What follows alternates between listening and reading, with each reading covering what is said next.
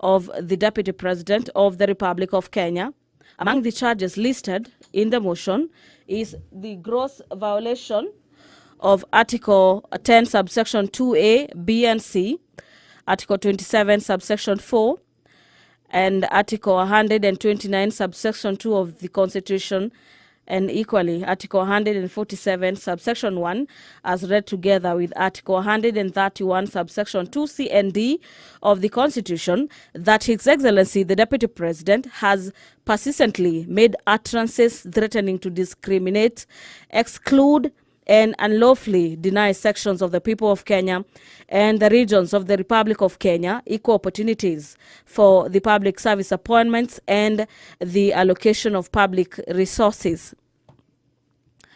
Under ground number 2, on violations of other articles of the Constitution, among them Article 147, subsection 1, and Article 152, subsection 1 of the Constitution, the allegation is that the Deputy President has been undermining the President and the Cabinet and the effective discharge of the national government's executive mandate. In the motion, the mover says the Deputy President has made unilateral public statements which are inconsistent with public positions collectively adopted by the government and in contradiction with the President on matters governance, and that he has been away from the expectation of his office being a symbol of the national unity.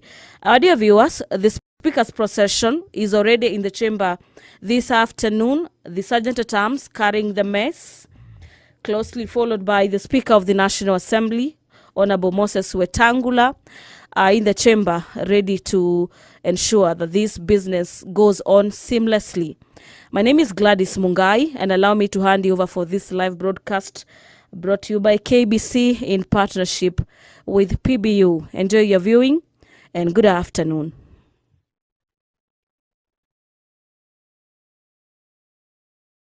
Waheshimiwa, tuombe. Ewe Mwenyezi Mungu, ambaye kwa hekima na wema wako umetoa nyadhifa za viongozi na mabunge kwa ustawi wa jamii na utawala haki wa wanadamu, tukusihi utazame kwa neema nyingi sisi watumishi wako ambao wameridhika kutuita ili tutekeleze shughuli muhimu za jamhuri yetu. Tukuomba uteremshie baraka zako sisi tuliokutanika hapa, na utujalie tuyatende na kufikiria mambo yote atakayofikishwa mbele yetu kwa njia ya haki na uaminifu, ili utukufu na sifa zako siendelezwe, na ili kustawisha amani, ufanisi na heri ya nchi yetu na wale ambao hajasawa umesikabidhi mikononi mwetu. Amen.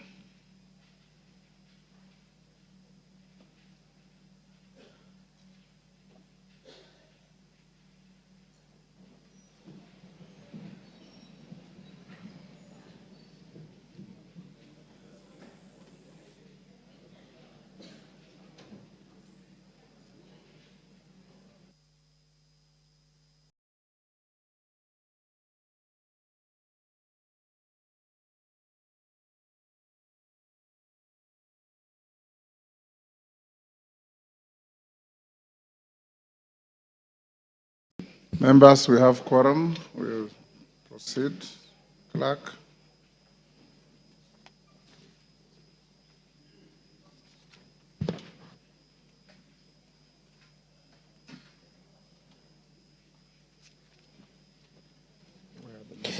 Order number 1, administration of oath. Order number 2, communication from the chair. Order number 3, messages.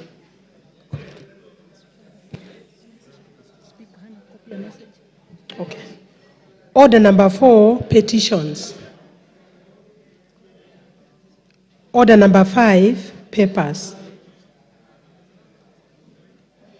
Order number 6, notices of motion. Order number 7, questions and statements.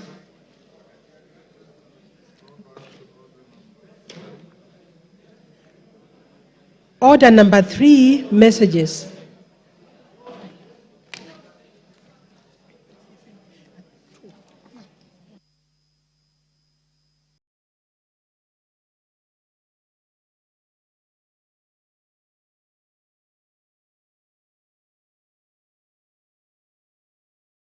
Members on their feet, take your seats.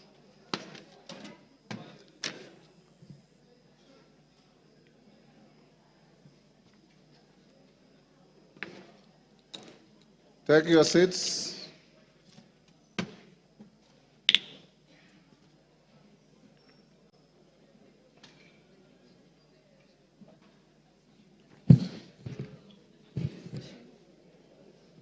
Honorable members, I have a message from the Senate. Honorable members, pursuant to the provisions of Standing Order 41-4, I wish to report to the House that I have received two messages from the Senate regarding its decision on two bills, namely the Equalization Fund Appropriation Number 2 Bill, Senate Bill Number 30 of 2023, and the Division of Revenue Amendment Bill, National Assembly Bill Number 38 of 2024. Honorable members, the first message conveys that on Tuesday, 17 September 2024, the Senate considered and rejected the National Assembly's amendments to the Equalization Fund Appropriation Number 2 Bill, Senate Bill Number 30 of 2023. You will recall that this House considered and passed the bill with amendments on 13th June 2024. Thereafter, I referred the bill back to the Senate for reconsideration in accordance with the provisions of Article 112(1)(b) of the Constitution. Honorable members, the decision of the Senate on the National Assembly's amendments to the Equalization Fund Appropriation Number 2 Bill, Senate Bill Number 30 of 2023, effectively commits the bill to a mediation committee pursuant to the provisions of Article 112(2)(b) of the Constitution.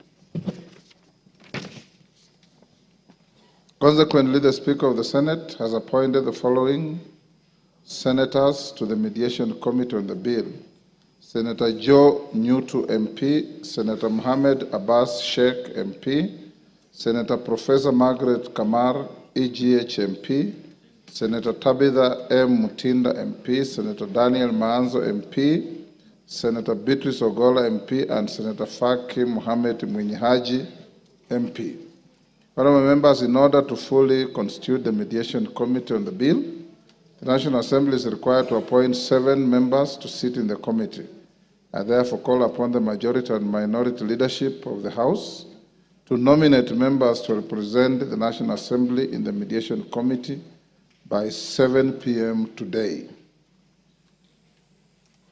Tuesday, the 8th of October 2024. I will then communicate to the House tomorrow the National Assembly members appointed to this mediation committee to ensure timely commencement of the mediation process.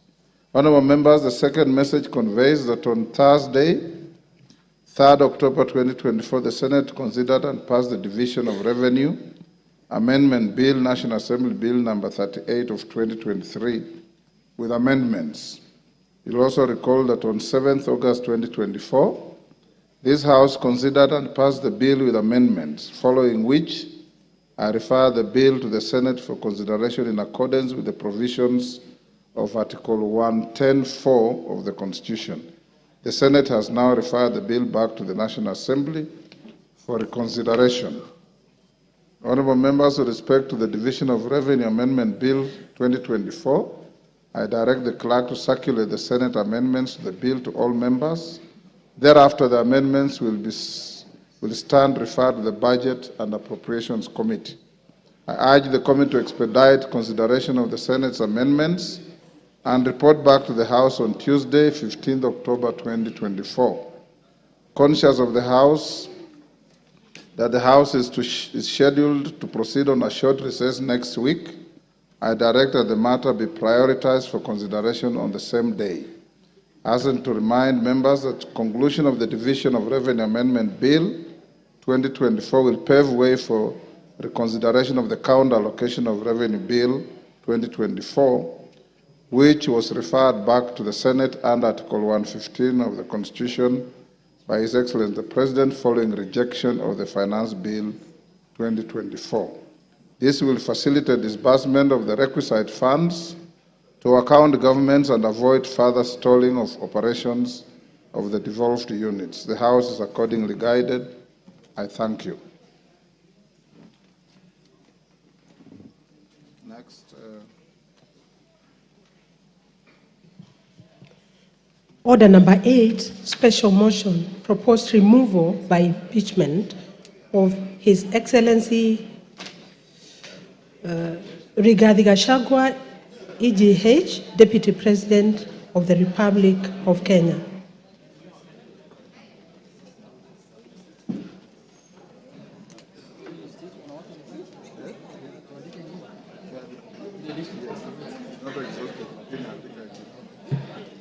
Honorable members, we are back to the motion. So far, so good with the morning sitting. As I directed in the morning, honorable members, we will proceed up to 5. The Deputy President indicated he will be here by 4. At 5, we'll call him and allocate him up to 2 hours maximum. When he finishes, the majority leaders will come in, and thereafter the mover will be called to reply. We have 5 minutes each, and the interest is overwhelming. If we remain with the 5 minutes, you know, not each one of you will have time to speak. The alternative to this, and I don't want us to go that direction, is that after the Deputy President has had his opportunity, this motion has no time cap, but we must finish not later than midnight today. So I want to hear your views. We continue with 5 minutes. And after the Deputy President speaks, I'll go to the minority, majority, and reply, and you go to the vote. Is that all right? Yes. Excellent. At the time we concluded, it was Honorable Kajwang from my left who had spoken. I'll now open the afternoon with the member for Ugenya.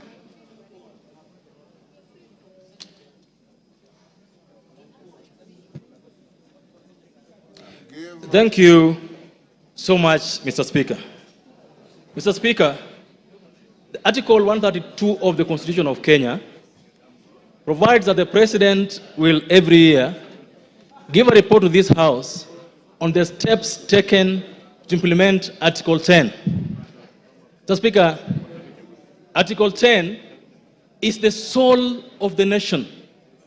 Article 10 is what the engineers would call the software of the country. It is what the doctor would call the heartbeat of this country. Oh dear. Mr. Speaker, through Article 10, this country gave to itself how they want to be governed. Mr. Speaker, Article 10 of the Constitution provides for us the map to where we want to go. Mr. Speaker, in the last 1.5 years, we've listened to and been treated to, Mr. Speaker, the Deputy President piercing with a sharp knife through the very heart of the nation, Mr. Speaker. When we went to give ourselves a new constitution, Mr. Speaker, we said tribalism, nepotism, corruption, Mr. Speaker, are our ills. And we said that we will entrench Article 10 and ensure that going forward, we live as a country together, united, Mr. Speaker. Mr. Speaker, for the last 2 years, the Honorable Gachagua has not only put a knife onto the back of our values and shared principles, but he's kept turning that knife, Mr. Speaker, to the level where if we allow him to continue being Deputy President, Mr. Speaker, we are going to risk the loss of the heart of this country, Mr. Speaker. Mr. Speaker, the move of this motion, the Honorable Mutuse, read what appears in Article 10, Mr. Speaker. Mr. Speaker, there is nothing to say about a person who believes that this country should only belong to one region, Mr. Speaker. It has to be clear today that we are not impeaching Mount Kenya. We are not impeaching the Kikuyu. We are impeaching an individual who has refused to follow the law every single day of his life. Mr. Speaker, Gachagua is the Deputy President of the Republic of Kenya, not the Deputy President of Mount Kenya, Mr. Speaker. He is the Deputy President of Kenya Kwanza, not Mlima Kwanza, Mr. Speaker. It has to be said today that if you are to build together, if you are to run a country that has shared values, shared principles, and shared prosperity, Mr. Speaker, all of us must believe that our leaders will live within the four corners of the law. Mr. Speaker, it is true, and it's been said by Kenyans, that we are all tribal. Of course, we all come from tribes. We also have our own tribal sentiments, Mr. Speaker. We all have our feelings about what should happen to our tribe, Mr. Speaker. Mr. Speaker, it's even been said that Kufa Dereva, Kufa Makanga. It's also been said that all of us sitting here today have some tribal things in our closet, Mr. Speaker. That is true. But, Mr. Speaker, and you are a seasoned lawyer, when you go to court and you are charged, and the others you are charged are not in court, they say, Rigiji, Gachagua, and others not in court. The case here today is that of Rigiji, not others not here today. The case we're dealing with today is the case of Makanga, not driver, not passengers. So, Mr. Speaker, we have to deal with a person who believes that his job is to represent Mount Kenya. Mr. Speaker, on this side sits members of parliament elected by Mount Kenya people. On this side sits members of parliament from Nyeri, from Kirinyaga, from Muranga, from everywhere. Those counties also have governors. Nobody appointed Rigiji to be the benefactor. No one appointed Rigiji to be the custodian of Mount Kenya. No one. Because our constitution provides for leaders from that place to represent them. Mr. Speaker, by his actions that are against Article 10 of the Constitution, Mr. Speaker, Rigiji has alienated Mount Kenya from the rest of the country. He is fought so hard to be the Mount Kenya kingpin, Mr. Speaker, and I believe that this House must impeach him so that he can go and be the kingpin of Mount Kenya, not the deputy president of this country. That's what we need to do this afternoon, Mr. Speaker. Mr. Speaker, yesterday I heard him mention the name of our PCS, the name of the Ford Kenya leader. Mr. Speaker, coalition agreements are done. Give him 1 minute. Coalition agreements are done between parties and among parties, Mr. Speaker. And if, for example, MDG where I ran has shares in a government, the shares are for the whole country, not for a tribe or for an individual, Mr. Speaker. Mr. Speaker, today, I must say that we will impeach him. But all of us here today must also soul search that as you impeach Gachagua, have you lived a better life yourself as a Kenyan? Have you lived a better life as a leader? What have you done in your closet that reflects what Gachagua has done? We'll impeach him, but we must also change our ways as a country, from the president down to all of us who lead in this country, Speaker. I support and believe that he must be impeached. Commissioner Patrick Makau. Thank you, Mr. Speaker, for giving me this chance. Mr. Speaker, from the onset, allow me to give thumbs up for one Honorable Ecomas Mwengi Mutuse, massive. Mr. Speaker, I give him thumbs up for executing this motion and showing Kenyans that leadership is not about where you come from, who you are, but how you perform your duties. Mr. Speaker, this morning, I've heard many speakers talk to this motion. Mr. Speaker, I agree with the speakers who have said that yesterday and the week before, Mr. Speaker, I've been watching the Deputy President of this country doing rallies in town, going to churches, and Mr. Speaker, what we saw on Sunday was different from what we saw yesterday. In fact, Mr. Speaker, I want to advise us, even as politicians, sometimes we should listen to our advisors, and we listen to the right advisors.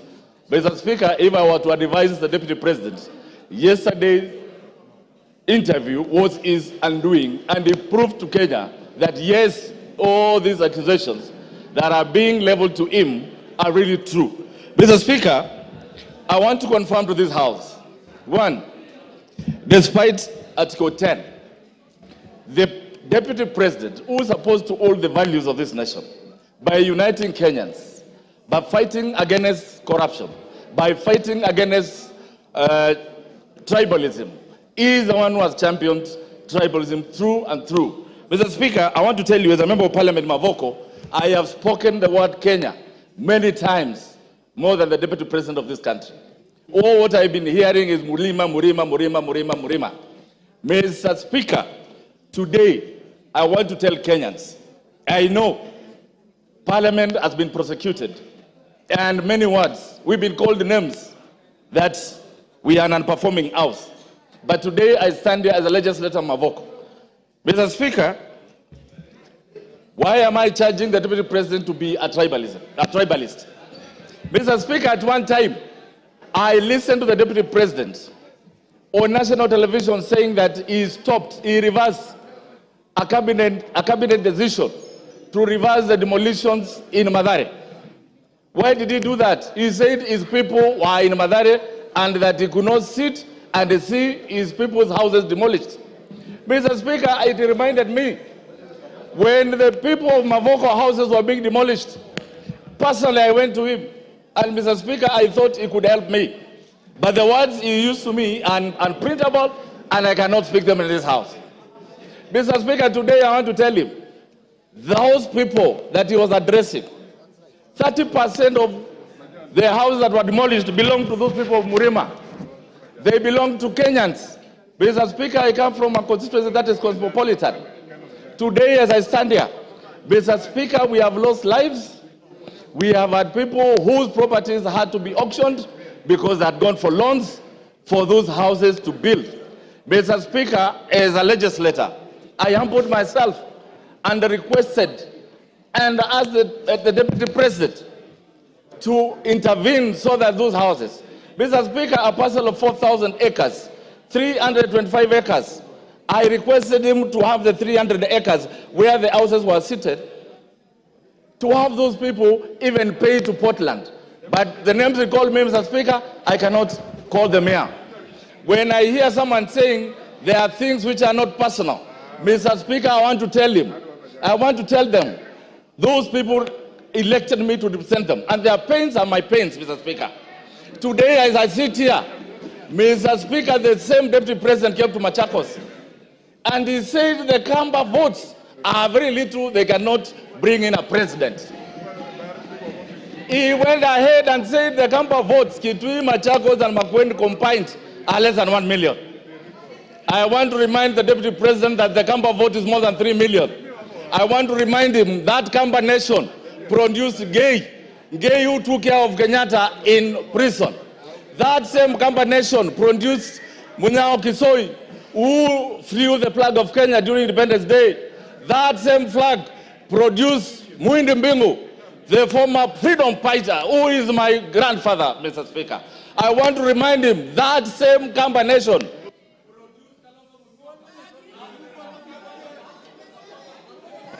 Give him 1 minute. 1 minute. Mr. Speaker, that same Kamba nation that you said their votes were useless, they are the ones who are running every night now, calling for them to come and save you in this budget motion. Mr. Speaker, I want to remind him that every tribe in this country is important and he should live to respect them. I support this motion for every reason and every accusation that he has been accused of. I thank you, Mr. Speaker. Honorable Sane.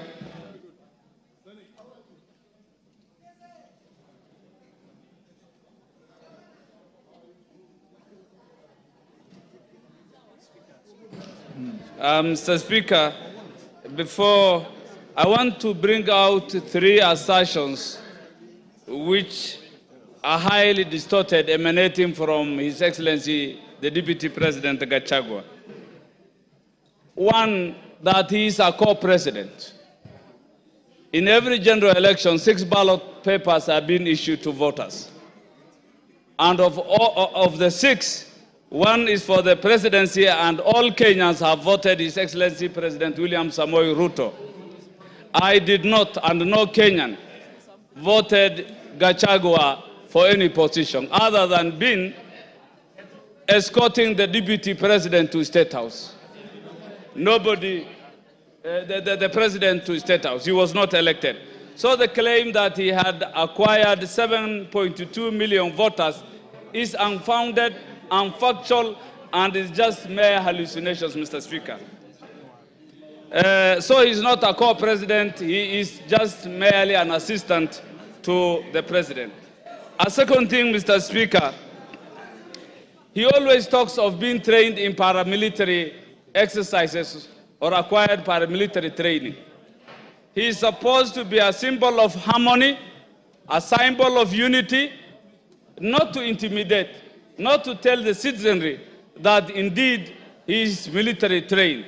That in itself bespeaks volumes on who his character is, Mr. Speaker. One other thing, yesterday he has made disparaging remarks on the Speaker of the National Assembly and the Speaker of the Senate. The fact that his impeachment is coming in front of this House today and thereafter proceed to the Senate, it wasn't befitting for him to speak disparaging, derogatory remarks on our Speaker and the Speaker of the Senate. On to the impeachment motion, Mr. Speaker. Article 150, I think the threshold has fully been met in impeaching the Deputy President Gachagua. His loyalty to the President is questionable. His visits, whenever the President goes out of the country, the Deputy President is never seen to see him off. Whenever the President comes into the country, the second principle is always not available to receive the President. He gives press releases that contradicts the President, talks too much, giving epithets that make our President, demean our President, projecting our President a liar on several occasions. Yesterday, all Kenyans have heard that it is His Excellency the President Ruto who taught me how to respond to civil servants, how to address intelligence officers like Nurdin Haji, like the CID officer Amin. That in itself depicts lack of respect for the presidency.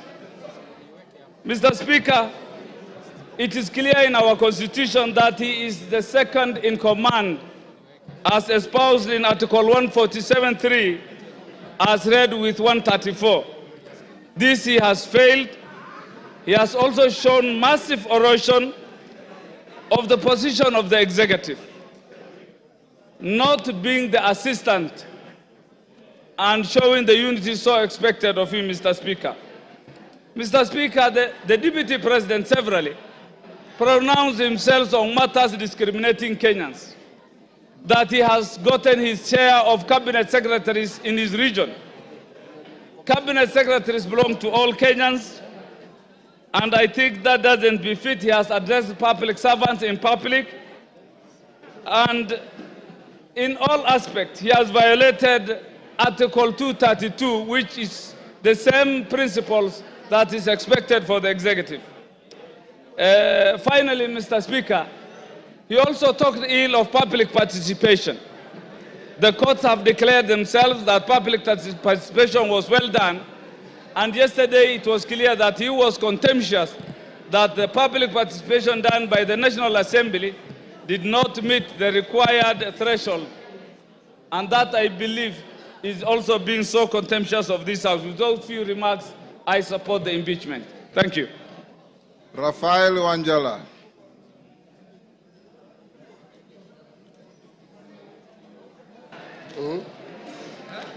Thank you, Mr. Speaker, for giving me this opportunity to contribute to this important motion in this country.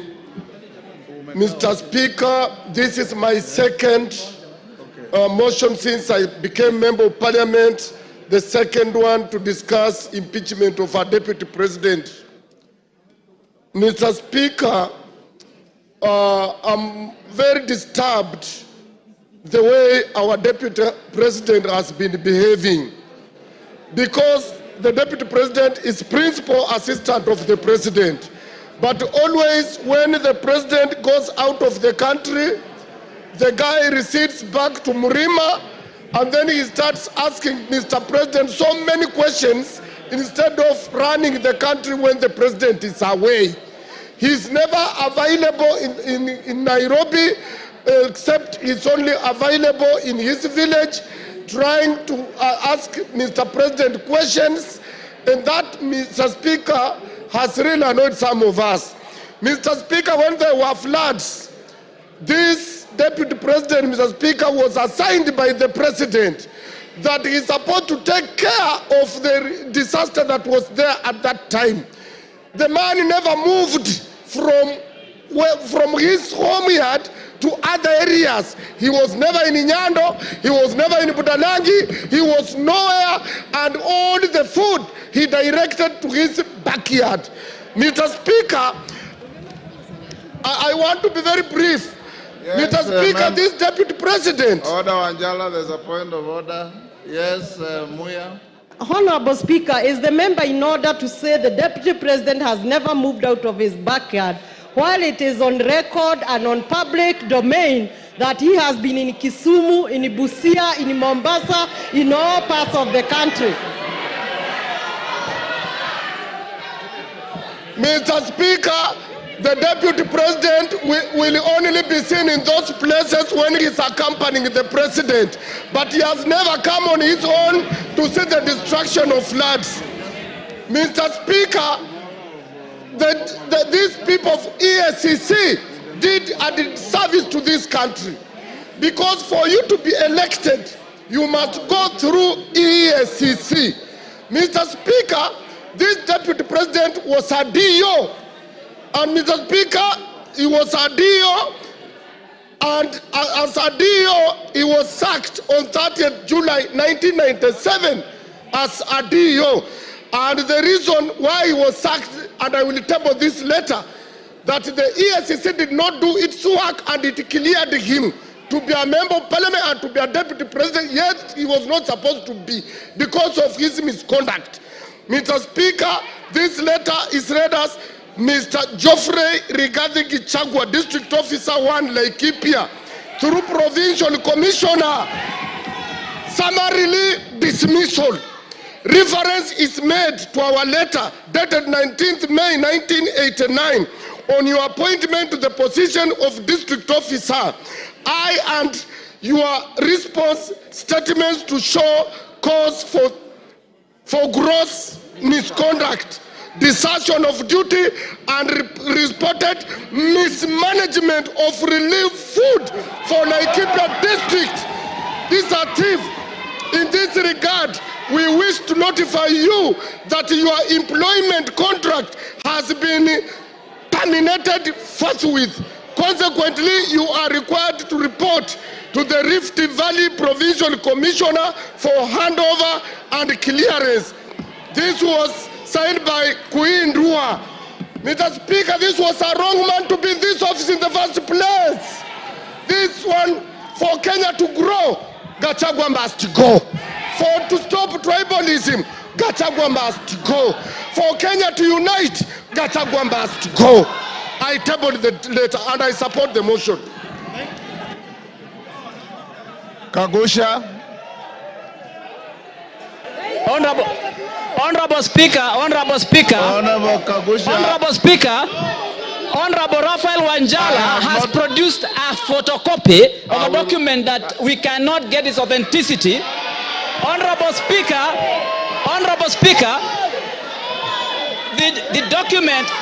the document that Honorable Raphael Wanjala is referring to is not. Order, Honorable Kagusha. Order. Take your seat, Honorable Kagusha. Honorable Kagusha, first, from where you are sitting, you have not seen the document. Secondly, the Speaker is fully conversant with the rules of admissibility. And I'll look at the document and I'll direct you on how to use it. I thought I had given you an opportunity to contribute. You are going at a tangent that is totally unnecessary. If you want to contribute, that is what I had given you. If you are not ready to contribute, I give somebody else.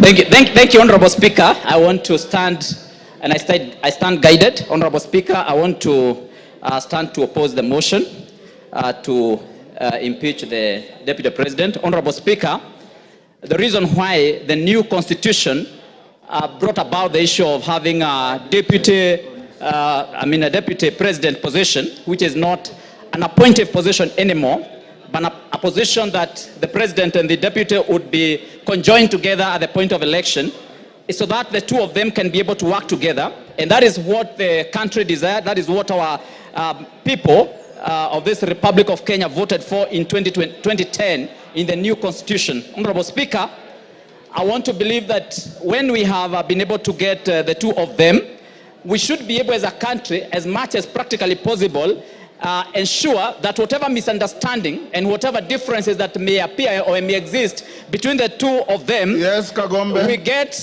Kagusha, hold. Honorable Gigi Kagombe, what's your point of order? Mr. Speaker, is the honorable member in order to disparage the Constitution and mutilate it in the manner he is doing by disputing the provisions of Article 150 of this Parliament to remove a sitting Deputy President? It is constitutional, it is written, it was passed by us in 2010, and that work is given and granted by the Constitution to this Parliament. Therefore, the fact that the President and the Deputy President were elected together doesn't stop the provisions of Article 150. So therefore, he should withdraw. Honorable Speaker, you know there's a reason why Honorable Kagombe is called Kagombe and not Kigombe. It's because a small cow jumps before he jumps, you know, a small calf. Honorable Speaker, Honorable Speaker, Honorable Speaker, Honorable Speaker, Honorable Speaker, you know. Take your seat. Order. Order, honorable members, order. Order. Honorable Kagusha, take your seat. Order, honorable members, order. Honorable Kagusha, you are here the whole morning, and I did direct the House. Order. Order. Order, Nabuin, take your seat. Honorable members, we have done very well since morning. This may be an emotive motion, but as leaders, leave your emotions at that door when you come to this House. And I want to encourage you, honorable members, Honorable Kagusha, treat your colleagues the same way you would want them to treat you. Don't make any disparaging remarks. Don't purport to misinterpret the meaning of the name of a colleague, because that's not your duty. We just withdraw and apologize to Kagombe and proceed with your contribution. Thank you, Honorable Speaker. Honorable Speaker, I want to withdraw the naming of Honorable Kagombe and apologize, Honorable Speaker. No. Honorable Speaker, I also hope that you have noted the Honorable Amombi has hit me with a bottle of water. Honorable Speaker, and that is unparliamentary. Is that unparliamentary that another honorable member should rule? Order. Honorable Amombi, did you throw a bottle? Take your seat. That is very unparliamentary. Take your seat. Amombi. Mr. Speaker, it's very bad that Honorable Kagusha can lie to this House. He is lying. Mr. Speaker, Honorable Kagusha is lying. Let him continue with the speech, but he should not lie in this House. Order, honorable members, to the extent that the Speaker didn't see and Honorable Kagusha is not claiming any injury, let's leave it there.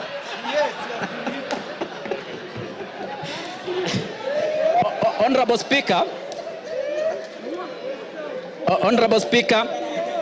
I am of the opinion we have a respectable gentleman by the name Henry Kissinger, and Henry Kissinger did state that the quest for peace and order has two elements that are sometimes treated as contradictory.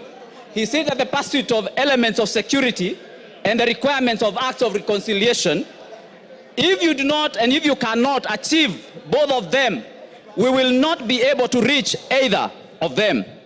The road to diplomacy, Honorable Speaker, Henry Kissinger did say that may appear complicated and frustrating, but progress to it requires both vision and the courage to undertake that journey. Honorable Speaker, I'm of the opinion that when we have our two senior most gentlemen in this republic having such kind of a disagreement or an issue that is a misunderstanding, we should seek the way of reconciliation. The way I see us doing now, we are just following on the issue of security. We are looking at the issues of removal, yet we are not pursuing a very important goal in this, and that is reconciliation. And for that matter, Honorable Speaker, I am of the opinion that we should seek a way that we can be able to bring the two gentlemen together. Honorable Speaker, you know that in the past we have brought an elder by the name His Excellency Obasanjo.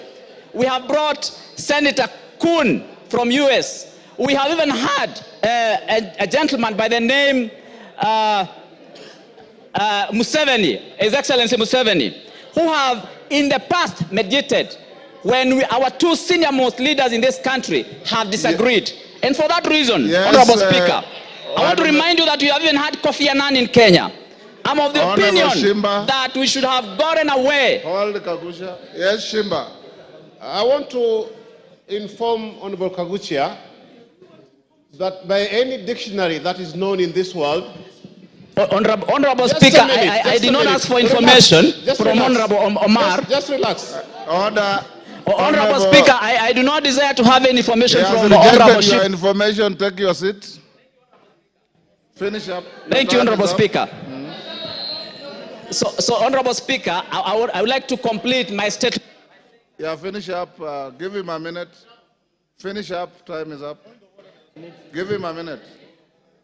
Thank you, Honorable Speaker. I would just like to complete my statement by saying that I wish that as a country, we are able to come up with a mechanism in which we can be able to bring our senior leaders when they have a disagreement in such a way that they can be able to reconcile and agree. Because, Honorable Speaker, even when we open the Pandora's box of impeachment, Honorable Speaker, we are going to be opening something that we may not be able to contain. We are now likely to have many impeachments coming to this House because we have started something that, Honorable Speaker, sometimes we are not able to contain in coming days.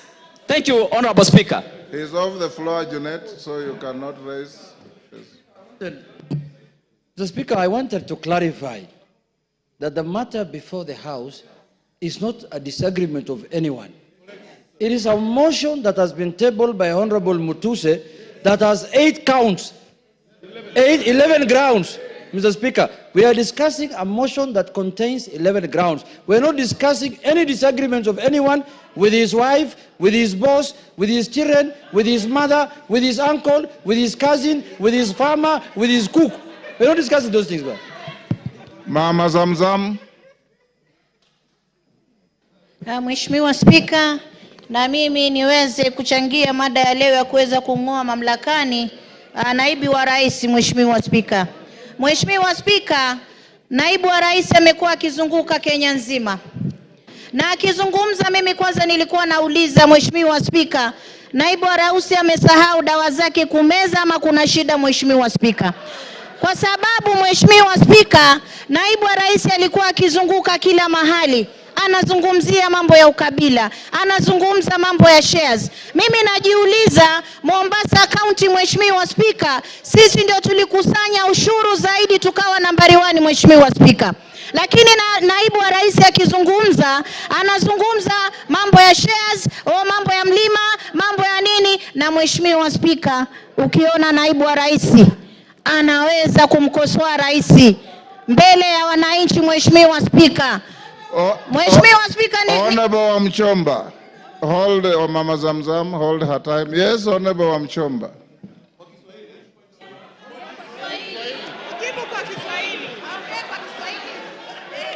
Order, honorable members, order, Honorable Wamchomba. Bwana Spika, nasimama kuuliza kama... Order, hold on. Which standing order has been breached? Cite the standing order. Point of information, clarification. Asante sana Mheshimiwa Spika. Has been breached. Mheshimiwa Spika. Clarification, Mr. Speaker. Mr. Speaker. Mr. Speaker, I refuse. I refuse to be muted when I have something that I need the honorable member to clarify. The honorable member must clarify. Honorable Wamchomba. Order, Honorable Wamchomba. Hold your horses. Honorable Wamchomba. If you want to, you know the rules. Order. Honorable Wamchomba, you know the rules. If you want to inform a member on the floor, the member must accept your information. She has said she doesn't want. Under what standing order? Mr. Speaker, the honorable member has talked about that Mr. Deputy President alisahau kunywa dawa. Tungetaka kujua ni dawa gani ambazo mheshimiwa anaongea juu yake. Na kama hizo dawa, na kama...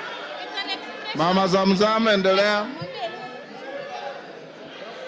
Mheshimiwa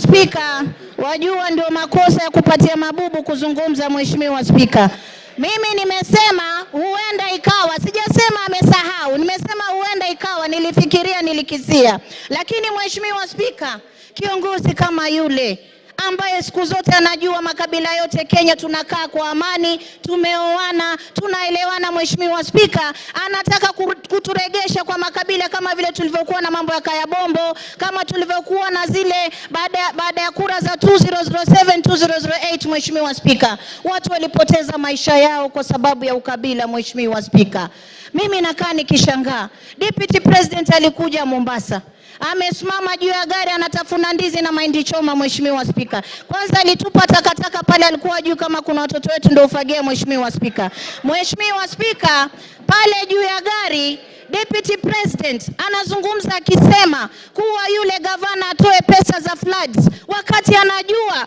14 billion kutoka World Bank ambayo ni ya disaster management. Mheshimiwa Spika, zilikuwa kwa ofisi yake na aliziramba. Mheshimiwa Spika, alikuwa anajua 6 billion tuliweka hapa katika bajeti. Mheshimiwa Spika, hakuzileta Mombasa. Mheshimiwa Spika, yule ni kiongozi wa kugonganisha watu. Mheshimiwa Spika, na ndio maana anajiuliza, kwa miaka miwili kampuni 22. Mheshimiwa Spika, hata mimi moja sina.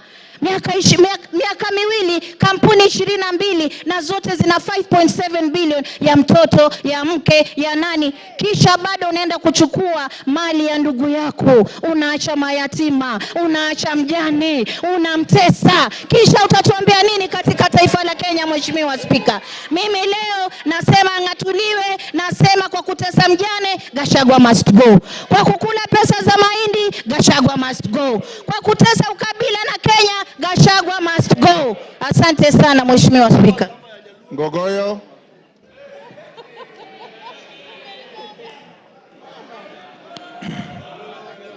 Thank you, Mr. Speaker. Mr. Speaker, sir, I rise to oppose the motion by the Honorable Mwengi Mutuse, Member of Parliament for Kibwezi West. Mr. Speaker, I, representing the people of Kajiado North, Mr. Speaker, I have gone through the motion and the issues that Wakili Mwengi Mutuse has raised. And Mr. Speaker, I pick on a number of issues that I would want to draw the attention of this House to. Number one, Mwengi Mutuse says that all we need to do is to just believe the things he has tabled here are true. we cannot believe what he says is true. We have to cross-examine. We have to look at them properly. Mr. Speaker, I have gone through the evidence that he has provided on some of the issues. And Mr. Speaker, having 21 companies, according to Mwengi Mutuse, is an intention for the Deputy President to launder money, and therefore he should be impeached. Mr. Speaker, he did not say money has been laundered, but it is an intention. And he says it is enough for this House to just believe and therefore impeach. Mr. Speaker, I say no to that impeachment. Number 2, Mwengi Mutuse, former Chief of Staff in Machakos County Government and the current Member of Parliament, is giving hearsay that he has had. Mr. Speaker, he has said in his submission that they were officers who were coerced to write to change in the Ministry of Lands without tabling any evidence from the document that he has provided. Mr. Speaker, this House cannot go with hearsay. It is not possible for you to make a decision out of hearsay.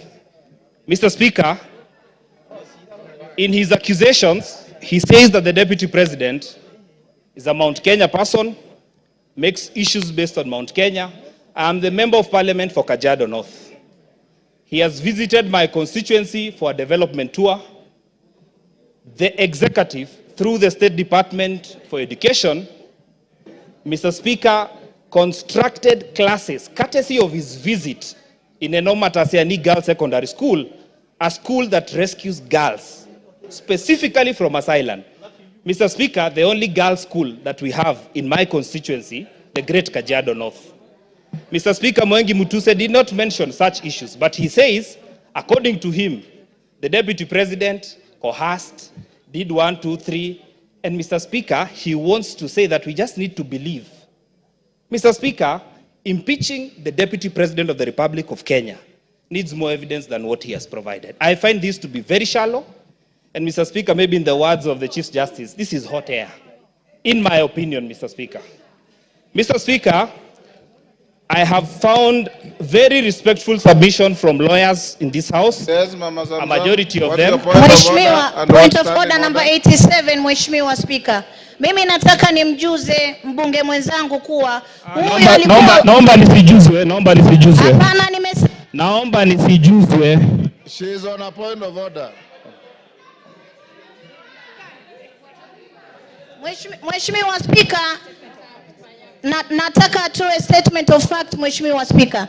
Huyu mbunge aliyoko hapa, hata kama alikuwa akifanya kazi county hapa, amekuja ni mbunge na ametoa motion hapa, Mheshimiwa Speaker. Na mimi nataka nimwelezee mbunge kuwa wasema kule wanaosema kufa abiria, kufa conductor, kufa dereva. Huyu conductor ameweza kupickpocket maabiria wote, hawana chochote, Mheshimiwa Speaker. Kwa hiyo aende tu nyumbani, Mheshimiwa Speaker.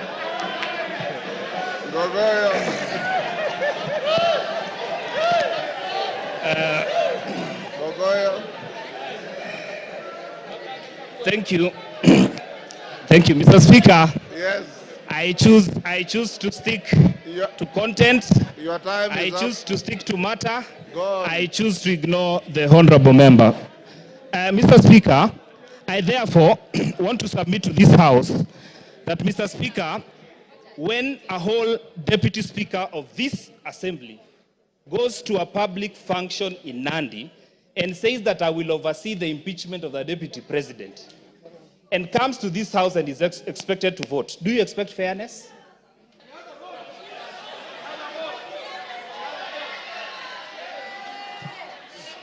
Your time is up. Give him 1 minute. The deputy speaker spoke to that. Thank you. She has a vote unlike the speaker. Yeah, but Mr. Speaker, I just want to say And she that will I not find... preside on these proceedings. Okay, because I respect you, Mr. Speaker, I will not engage on that matter. Therefore, Mr. Speaker, I want to submit that Ngogoyo Onesmus Nguro, Member of Parliament for Kajiado North, says no to the impeachment of the Deputy President of the Republic of Kenya. Member for Taveta. Member for Taveta.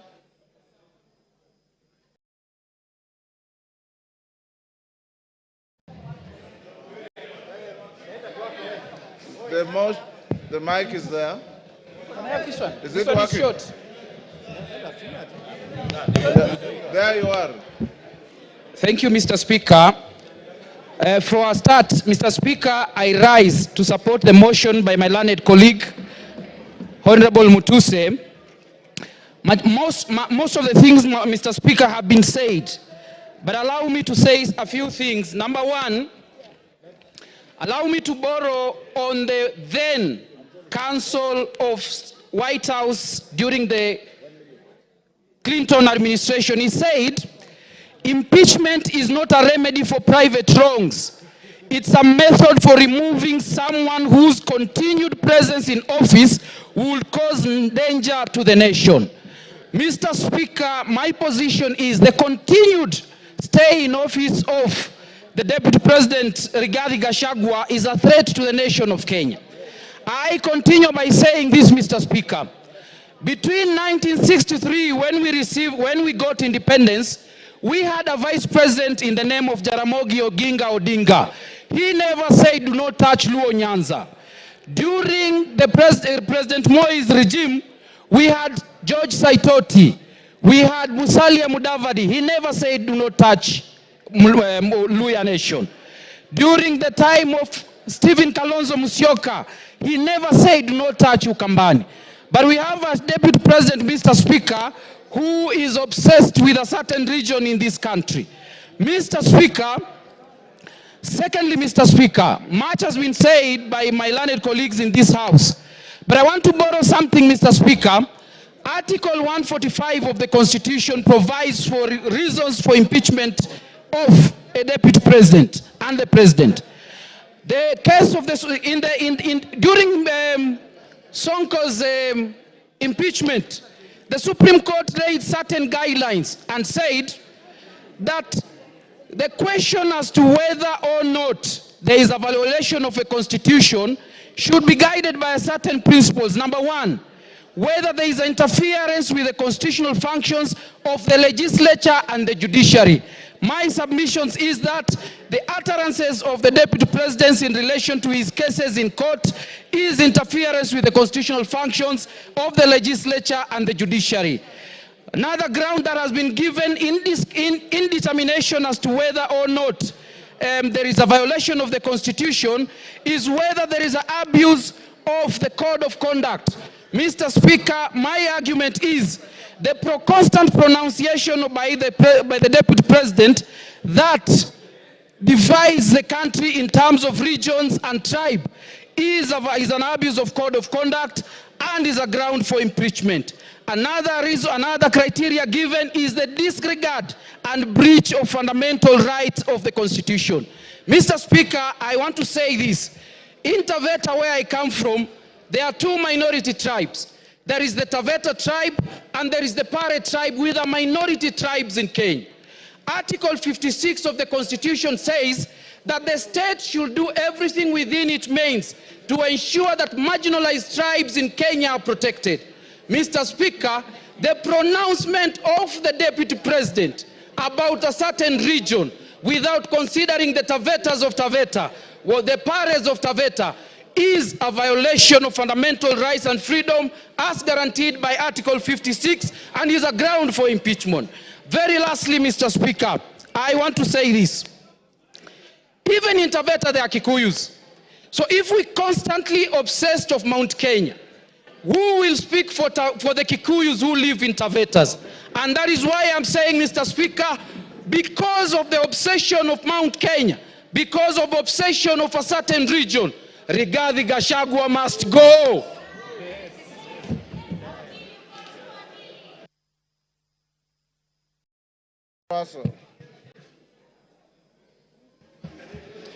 Thank you very much, Honorable Speaker. Honorable Speaker, I want to start with there was a spat between the Pope and Napoleon in 1800. And this is what Napoleon asked the Pope. Pope, how many divisions do you have? Then the Pope replied, I have the Catholic Church. Honorable Speaker, yesterday, during the interview, the Deputy President came up strongly to almost insinuate that this parliament is a bunch of clowns. But this parliament is guarded by so many things. But the very important instrument this parliament wields is this thing called the Constitution. It is the supreme law of the land. Honorable Speaker, one of the reasons why the Deputy President must be impeached is the issue of national unity. He came on public stage to talk about one issue that eventually will discriminate the minorities. One man, one vote, one shilling. That is important in the way he says. But in a sense, the regions that are behind, that are discriminated, that are marginalized, will continue to be behind. Honorable Speaker, Article 56, A1, it talks about minority groups, why they must be in government, why they must be represented. Honorable Speaker, this country must move forward, and it must move as one nation, one people. We are of different nationalities. It is the Deputy President who stood in a public place to say that the problem of this country is the Somalis. The Somalis are part and parcel of this nation. They have done great contribution to this country, and they cannot be excluded for anything. Honorable Speaker, the second issue why the Deputy President must and he has to leave that office is on the matters of national security. He is privy to National Security Council meetings. He attends. Sometimes he could chair. For him to come out and divulge those information to public of need-to-know basis, then it means he has crossed the red line. Honorable Speaker, the third issue is Article 147. The Deputy President is the principal assistant to the President. And sometimes when the President is away, he's delegated to be the President. This happened in the 11th Parliament when Uhuru Kenyatta was attending ICC. And he wrote down that President Ruto will act on his behalf. It can happen even this time. If we have a president who is already determined to discriminate some parts of the country, then how do we trust him with power? Honorable Speaker, lastly, he is not assisting or supporting the president. Finance Bill 2024-25 was thrown out by Parliament, was thrown out by the people. Not that people didn't want it, not Parliament didn't want it, because he never supported it. He kept on campaigning against the finance bill. For those reasons, Honorable Speaker, I think the Deputy President must be impeached. Thank you, Honorable Speaker. Farah Maalim.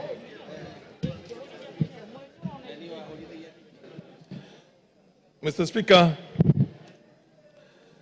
I want to weigh on this motion.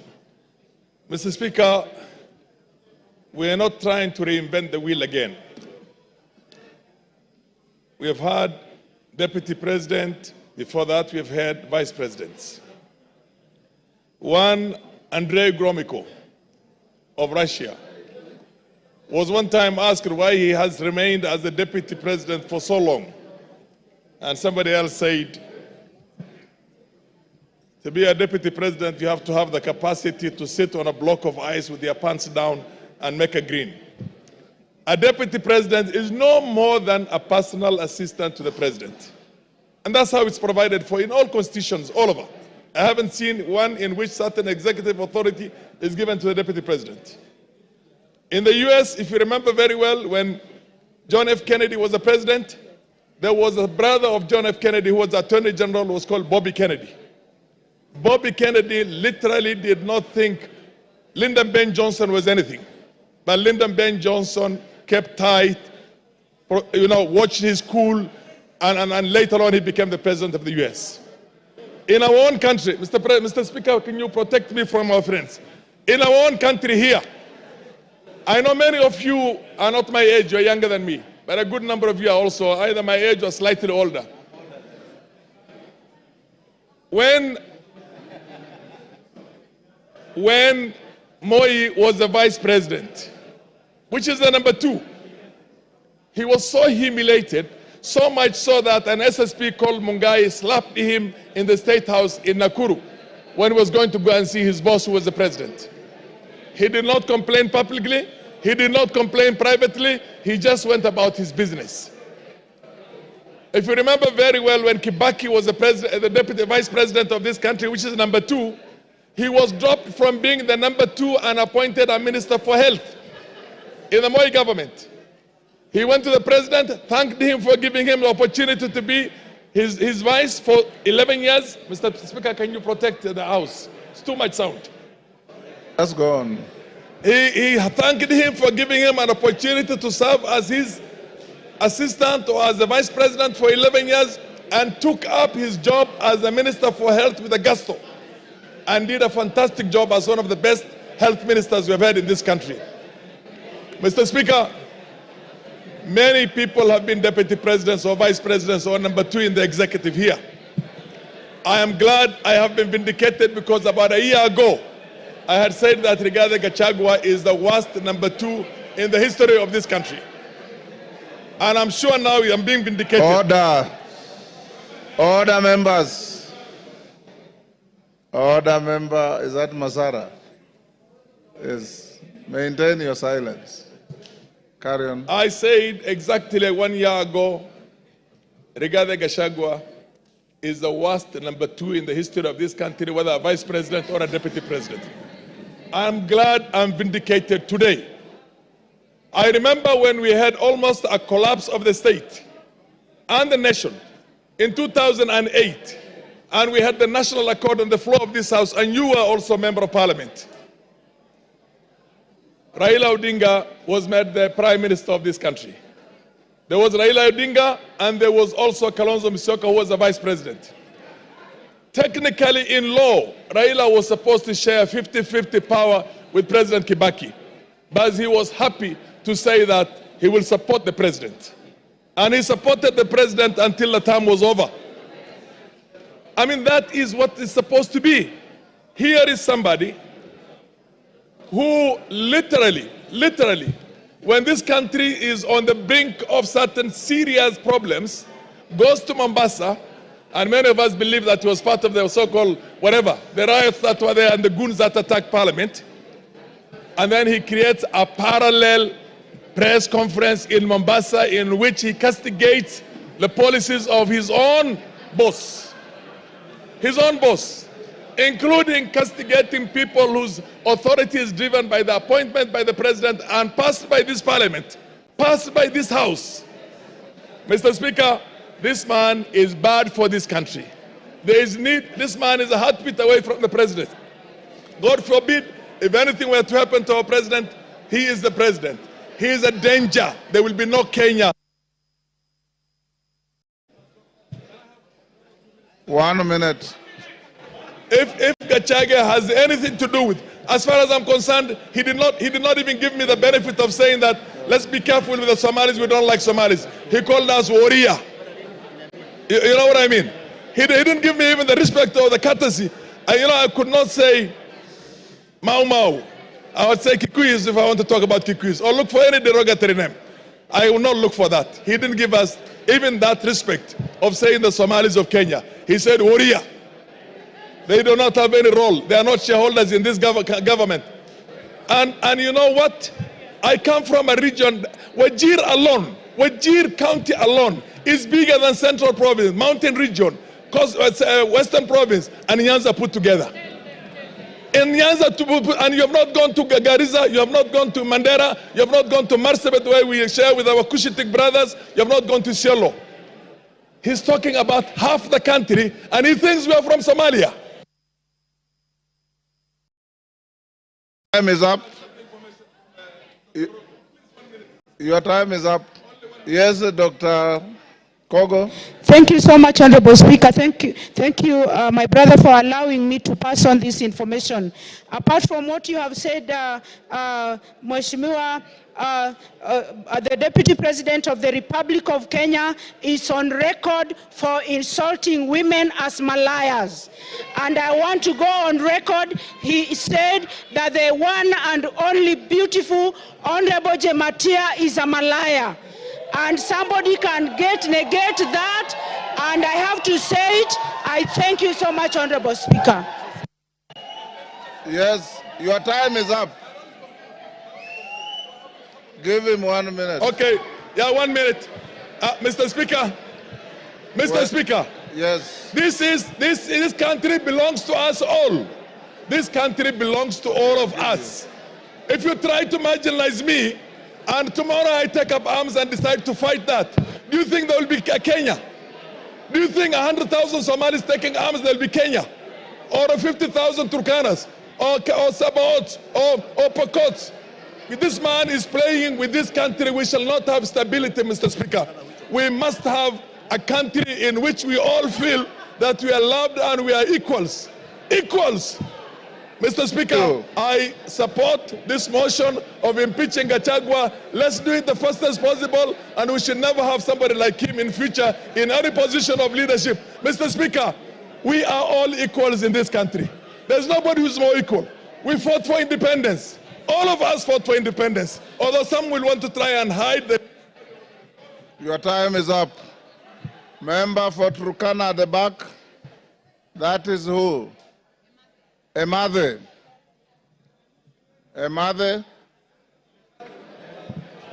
Thank you, Honorable Speaker. I want to just give some comments on the same. Honorable Speaker, when the Deputy President was being sworn in at Kasarani, I only knew him as a personal assistant to the former President Uhuru. And after he spoke and he sat down, I was seated close to Honorable Kiborek. I told Honorable Kiborek that this is not going to be a good person. From the analogy that formerly he was a PA to the former president, and the manner in which he spoke to me was in the contrary. I just said that when he was being sworn in, I didn't know him. The only thing I knew about him was he was a PA. Now, the chicken have come home to roast. And Honorable Speaker, I want to say that I support his impeachment the same manner in which over 92% of my constituents in Turkana Central have agreed that we do the impeachment. Honorable Speaker, the impeachment is in two parts. There is the anti-corruption part of it, and there is the ethical or the ethics part of it. I want to speak on the ethics. And Honorable Speaker, here is a man who is full of himself. He is a very proud person, and Honorable Speaker, he doesn't even know what to say. He just speaks in the manner that does not depict him as the Deputy President of this country. Honorable Speaker, the Bible in the book of James brings out the bad part of the tongue. It says the tongue is this part of the body that is a world of evil. It is a fire. Honorable Speaker, the tongue corrupts the whole body. That is what the Bible says in the book of James. Honorable Speaker, in this juncture, I want to say that as a UDA member in the Kenya Kwanza government, I want to say that it says we are not in agreement to work together with the Deputy President. I am not in agreement as a member who was ascribed to the party that I may not be able to work with the Deputy President because we have to agree. And what we are processing today here, Honorable Speaker, is a divorce. we are processing a divorce because under Article 56, this is a man who will not be able to speak for the minorities. He is a man who will not speak for the marginalized. Honorable Speaker. Honorable Speaker, again, we are processing a divorce because this is akin to King Nebuchadnezzar, a man who was like everything in the Chaldean, in the city of Babylon. And Honorable Speaker, Kenya wants to unite. Kenya wants to kill the animal called tribalism. This is not the deputy president that Kenya will require to kill the devil of tribalism. This is not the man who is ready to unite us. This is not the man who does not even know there are Elmolos in this country. He does not know that we have the Dasanach or the Merile in this country. Maybe at some point, because he has never been to Turkana, he does not even know the Turkanas exist in this country. And therefore, Honorable Speaker, this is not the man who can unite Kenya in the office of presidency. And therefore, I support his impeachment. Thank you, Honorable Speaker. Edith Nyenze. Edith Nyenze. Thank you, Mr. Speaker, for giving me this time to say what the great people of Kitui West have sent me to come and say. I know that the Bible has been quoted from the two divines in several ways, but I'm also going to quote the Bible, and I'm going to quote from John, from chapter 8, from 7 to 11. And actually, these were teachers and of law and Pharisees who brought a woman to Jesus, and they said that they found the woman in the act. And then they said, according to the law of Moses, such a woman was found in adultery, and she was supposed to be stoned to death. But what Jesus told them, he told them that if they do not have sin amongst themselves, they should be the first ones to cast the stones. But what these people did, they just looked and ran away.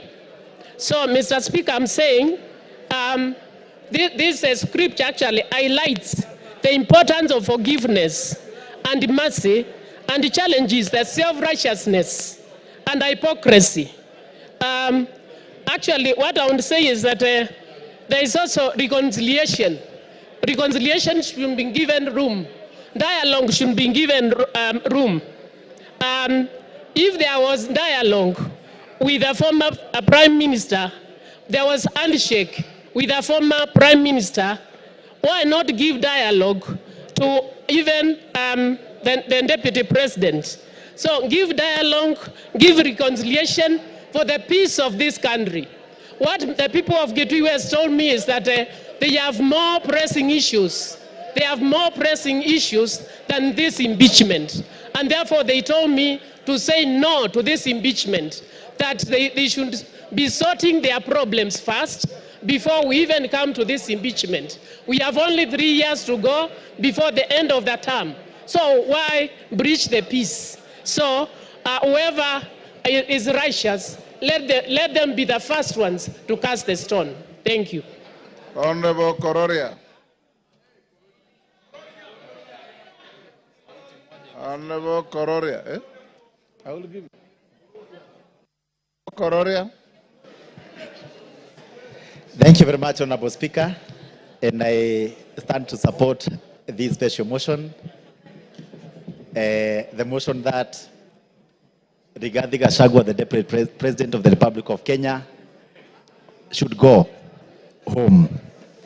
Honorable Speaker, I can remind this House that during the swearing-in ceremony at Kasarani, the Deputy President humiliated Uhuru Muigai Kenyatta so badly before the nation and the visiting dignitaries in the Republic of Kenya.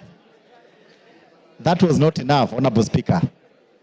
after 3 months, he started attacking young people in Mount Kenya region, calling them Mongeke, to an extent of attacking Maina Jenga and calling him the leader of Mongeke, Honorable Speaker. Later, Honorable Speaker, he was not comfortable and satisfied with that. He went ahead to refer to the members of parliament from Mount Kenya region as Gakonia and Kunda Gotome and Komereras, Honorable Speaker. That is not acceptable, Honorable Speaker, because we all come from the same region and we are elected by the people. He went ahead, Honorable Speaker, to attack Raila Odinga and the Azimio fraternity, and saying that he has put Mitego so that they will not enter State House.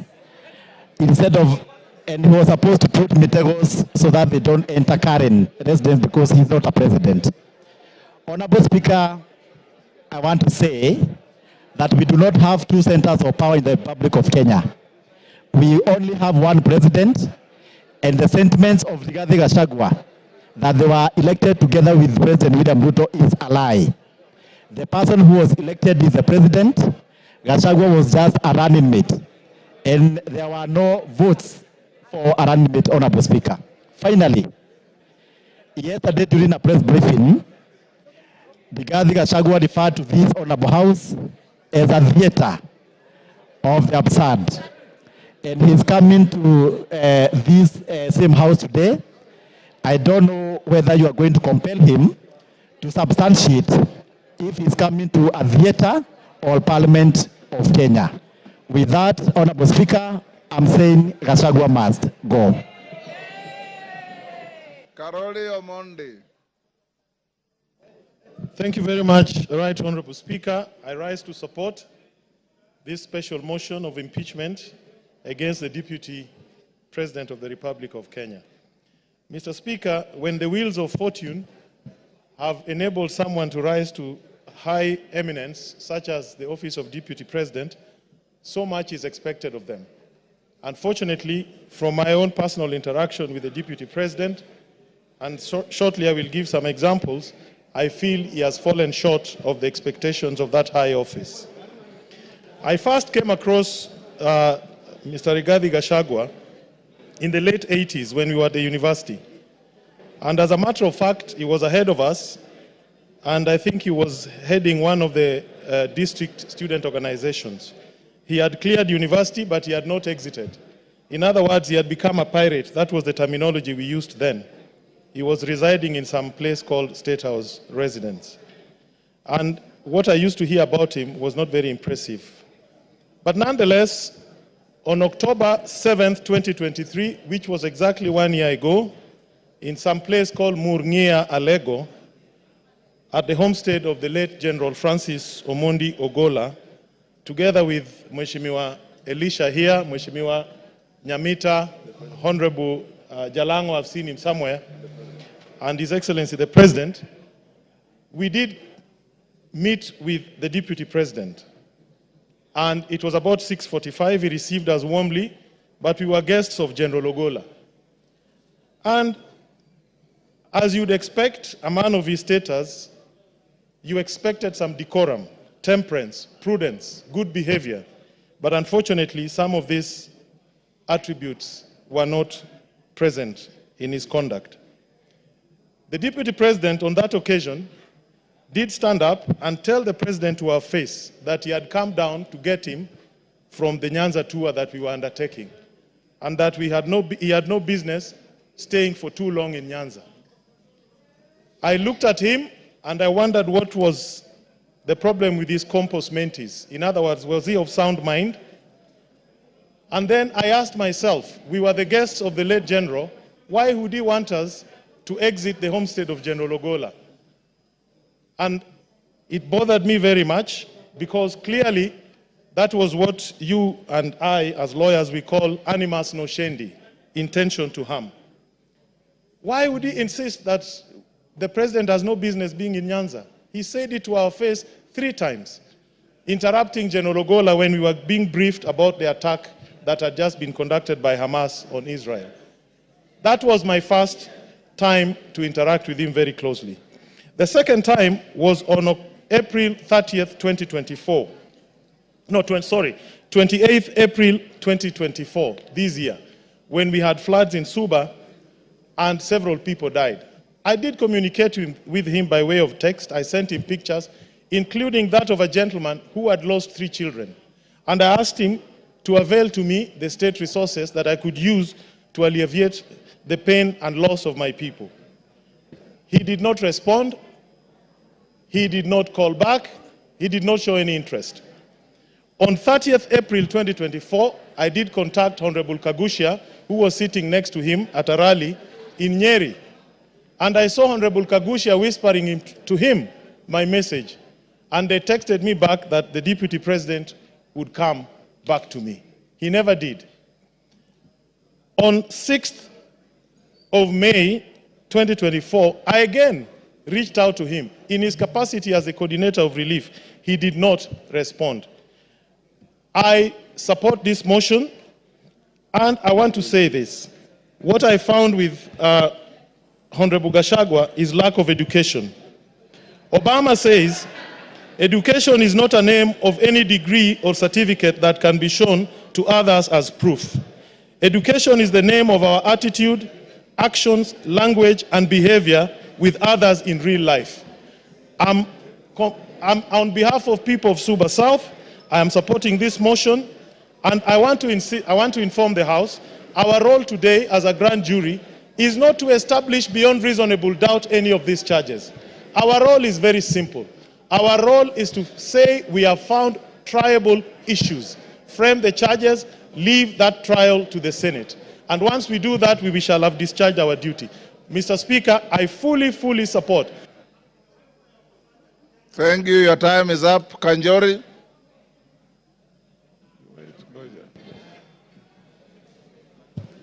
Thank you, Honorable Speaker, for giving me this opportunity.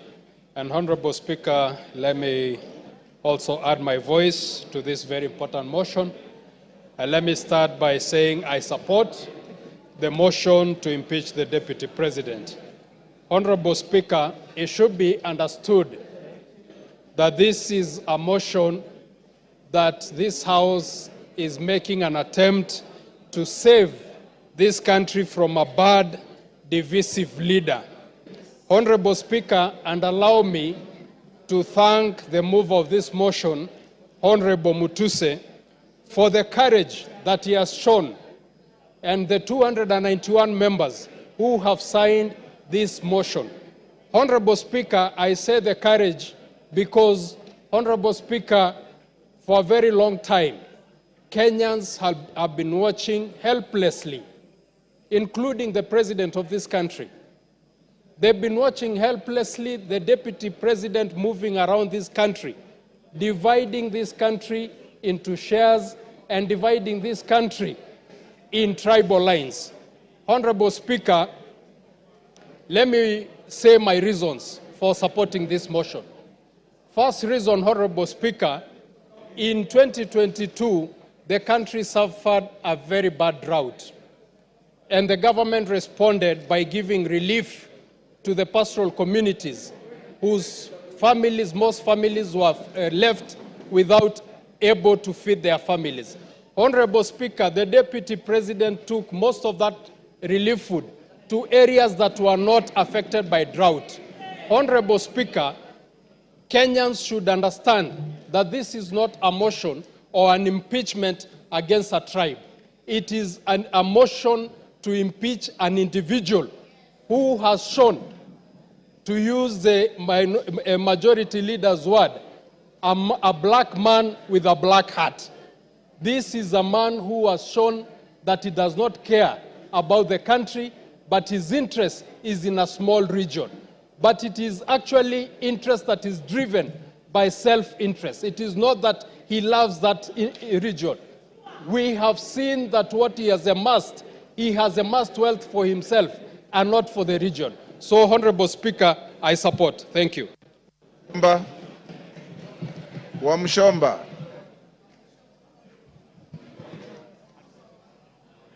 I thought you normally sit this side. Thank you. Yes. The temperatures there are too high. Mr. Speaker, Go ahead.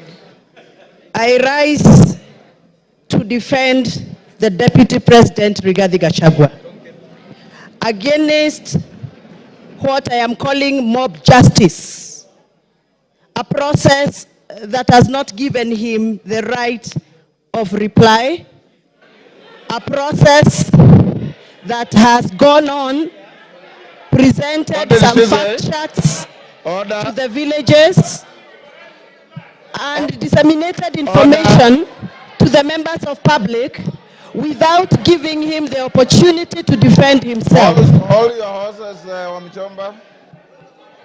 I was consulting with KJ. I didn't hear what you said. Can you repeat?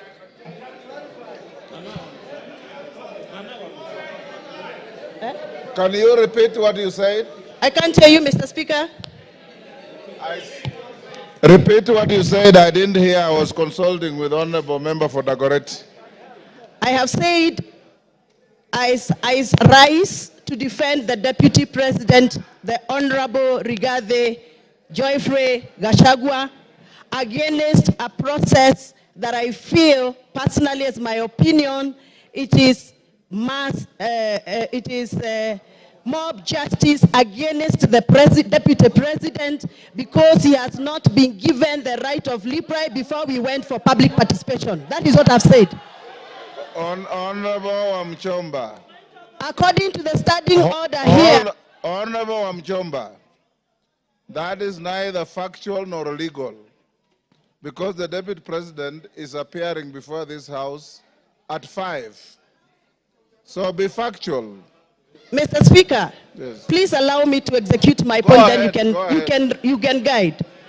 Procedurally, Mr. Speaker, the fact sheets that were distributed in our constituencies had allegations that were read out to members of public as facts. So to me, the fact sheets that were distributed in our constituencies were fact sheets that were communicating facts. But from where I come from, Mr. Speaker, what was typed in those papers was not factual and needed to be interrogated. And I'm glad that the Deputy President is appearing in an hour's time here to come and clear the air. Mr. Speaker, before I defend and I give my submission, I request you to allow me to refer to the standing order number 91 on responsibility for statement of facts. A member shall be responsible for accuracy and facts for whatever allegations that comes and disseminates from this House. Mr. Speaker, this morning we were watching video clips on our television in this House. Those video clips that were played in this House were reported speeches that were reported from various media houses in this country. Mr. Speaker, according to the Kenyan Constitution and the Data Protection Act, it is our duty to clarify information before we disseminate and use it for a quasi-judicial process like we are handling today. Mr. Speaker, I would want your guidance whether those media clips that were used this morning in the floor of this House by the mover of this motion, whether those media clips were qualified to be used in this process of impeachment. Mr. Speaker, my other issue is, I will be glad that the mover of this motion clarifies that the allegation around the corruption issues on procurement matters have been taken through the right areas of Auditor General so that we can have fact to discuss this afternoon. Otherwise, according to me, the allegations that have been tabled by the mover of these motions are mere mudslinging, they are hearsay, they are gossips, and they must stop. And Mr. Deputy President must continue working for this country with all the energy, with all the labor, and with all the love that he has had. And those that feels that Mr. Deputy President has been biased into Mount Kenya politics, please forgive us, but we must tell you, everybody has their home. The Deputy President comes from Mount Kenya, and every good thing starts from Jerusalem. Even Jesus had to start his good work from Jerusalem. We are the Jerusalem. We shall continue allowing the Deputy President to do the work he's been doing in Mount Kenya, even as he tries and attempts to work in other parts of this country. I have personally escorted the Deputy President in other areas outside Mount Kenya. I know Mr. Deputy President has tried. It is barely 2 years before Mr. Deputy President continues with his work. Please allow him space to work. 2 years are not sufficient. Even for the members in this house know very well. They have also not been able to do what they promised their voters during campaigns. We are all elected members here, and we know we made pledges, and 2 years are not sufficient for anybody to use that as a basis to judge anybody on the performance. I support that the Deputy President be given the opportunity to serve this country, and those that are attacking the Deputy President for working on behalf of the Mount Kenya region, they must also accept that everybody has a village where they come from, everybody has a home where they come from, and every good thing starts from Jerusalem, just like Jesus Christ did. Asanteni sana, and I refuse. The Deputy President is going nowhere. He's going to stay here to serve us. To serve us as we gave him votes. Thank you very much. Thank you, Speaker. Thank you, Honorable Speaker, for giving me this opportunity to contribute to this very important motion. Mr. Speaker, an English saying goes that a sheep lives its entire life afraid of the wolf, only to be slaughtered and eaten by the shepherd.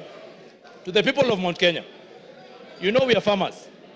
You know we have tea, we have coffee, we have milk, and that is the food crops that we rely on. Mr. Speaker, I happen to be elected as a director of KTDA, where we hold small-scale tea farmers and where we do business for the farmers. Mr. Speaker, we have had a problem, a huge problem, of monies being diverted to the said hotel in Kilifi. Last year, the money that was supposed to be going to distribute fertilizer, 53 million shillings, Mr. Speaker, was diverted to go to personal use at a hotel. Mr. Speaker, as we speak here, as we stand here, the people of Mount Kenya have been burning their tea bushes and factories because we have a glut in Mombasa that has been occasioned by the influence of the Deputy Speaker who was given, by the Deputy President who was charged with the responsibility of making sure that those people who voted the government in benefit and reap from their hard work and their sweat. Mr. Speaker, they will not see the hard-earned money that was supposed to go to their pockets because the Deputy President of the Republic of Kenya, after being charged with the responsibility of making sure that we have guaranteed minimum returns for those farmers, he continued to go and give guaranteed minimum returns to himself and to his family, to his children, to his spouse, and to his colleagues that we have seen they share companies with. Mr. Speaker, as we stand here, we have lost our milk industry. We have lost our coffee industry. You have seen that we have cooperatives where farmers are now stuck with their coffee. Because, again, the person who was charged with the responsibility of making sure that the sheep is safe is the one who went, took a knife, and ate the same sheep. Mr. Speaker, I know there might be some tension and people from the mountain feeling like everybody has been talking about the mountain, but even the mountain people are suffering, even us, because there's someone who just hides under the pretext that he's an honest man, he's a truthful man, but he's a truthful liar, Mr. Speaker. Therefore, I want to say this: the seat of the presidency is a symbol of unity in this country. And when the deputy president stands and accuses the NIS, like he did in Mombasa, we live in a community, and even the people who are in the intelligence sector live in a community. There is a community, a world community of intelligence. When you disparage such an office, such a high office that is supposed to make sure that you protect and give us protection in this country, Mr. Speaker, that to me is gross misconduct and it is impeachable. Mr. Speaker, when you go to State House and you say that you have put traps for some people not to access State House, yet they are members of this republic, Yet there are people that we respect, like Raila Odinga, Honorable Raila Odinga.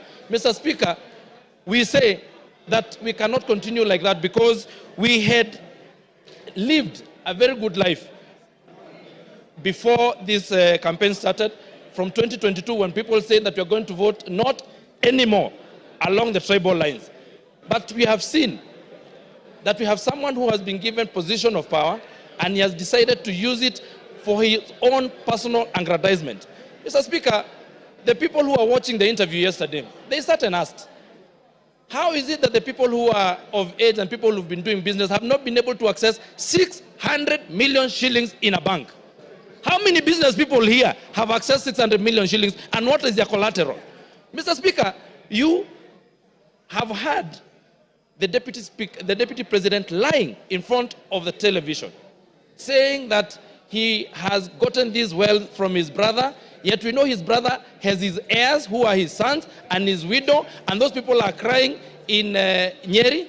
The same way, people who are my members of parliament, my constituents like Uhuru Muigai Kenyatta, is crying. His goats were eaten the other day in Ruto, and he's the one who sanctioned the eating of his goats. In fact, he then comes and lies to us that he has apologized to the president, to the former president, who is not in the country. Your time is up. Ken Chonga. Ken Chonga. Asante mstahiki Spika kwa kunipatia nafasi hii nichangie mswada huu ambao uko mbele ya bunge. Mstahiki Spika, mimi sijaokoka na nimesikia wenzangu kila wakichangia hapa wanataja sehemu fulani fulani za Biblia ambazo kwamba zinaambatana na matamshi ambayo wanataka huko yazungumza, lakini kwa kwamba kweli kuna mbinguni na kuna hera, nafikiria Rigathi Gachagua atakuwa kuni za kuchoma ambao watachomwa. Na kisa na sababu mstahiki Spika ni uongo ambao kwamba Deputy President ameujaza katika matamshi yake. Jana jioni nilichukua muda wangu mstahiki Spika kumsikiza hoja ile ambayo kwamba alikuwa anaizungumzia. Ninashukuru kunipa nafasi hii kwa sababu mmoja kati ambaye aliguswa pale ni mimi. Mimi nikiwa mbunge wa Kilifi South ama Kilifi Kusini, ile hoteli ya Gachagua pale mahali imejengwa iko eneo bunge langu mimi. Na yale aliyozungumza bwana deputy governor jana ulikuwa ni uongo mtupu. Sorry, deputy president. Kitu cha kwanza mstahiki Spika, wakati King Charles III alipokuja ndio aende atembelee kule chini Kuruwitu, alikuwa amekuja kwa mwaliko wa Kuruwitu Conservancy CBO. Na wakati alipofika kwa Kuruwitu Conservancy CBO, mkutano ule haukuchukua zaidi ya dakika 30, akaenda Vipingo Ridge. Ile barabara ambayo kwamba aliomba kwamba itengenezwe kwa sababu angetaka kuhifadhili Vipingo Kuruwitu Conservancy, ile barabara haipitiki. Lakini Deputy President akaona amepata nafasi nzuri sana.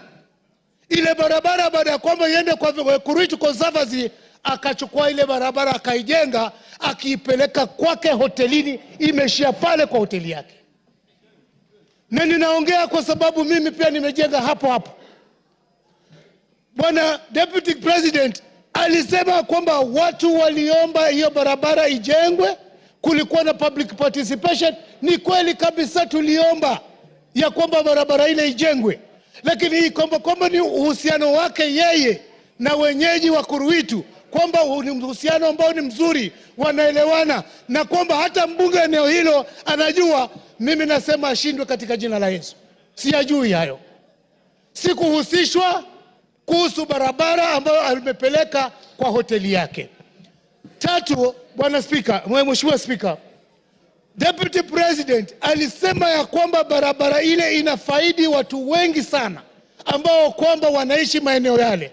Akataja kwamba kuna Vipingo, Shariani Secondary School, Mimi ninajua mahali Shariani Secondary School ipo, wala haifaidiki na ile barabara. Akataja kuhusu Shariani Primary School. Shariani Primary School ukitaka kuaccess unaipata kwa hiyo main highway ya kutoka njia panda ya kutoka Mtwapa kuelekea Kilifi na kuelekea Malindi. Kusema ukweli kabisa, yale yaliyokuwa nazungumza kuhusu wekezo ule ni wa uongo.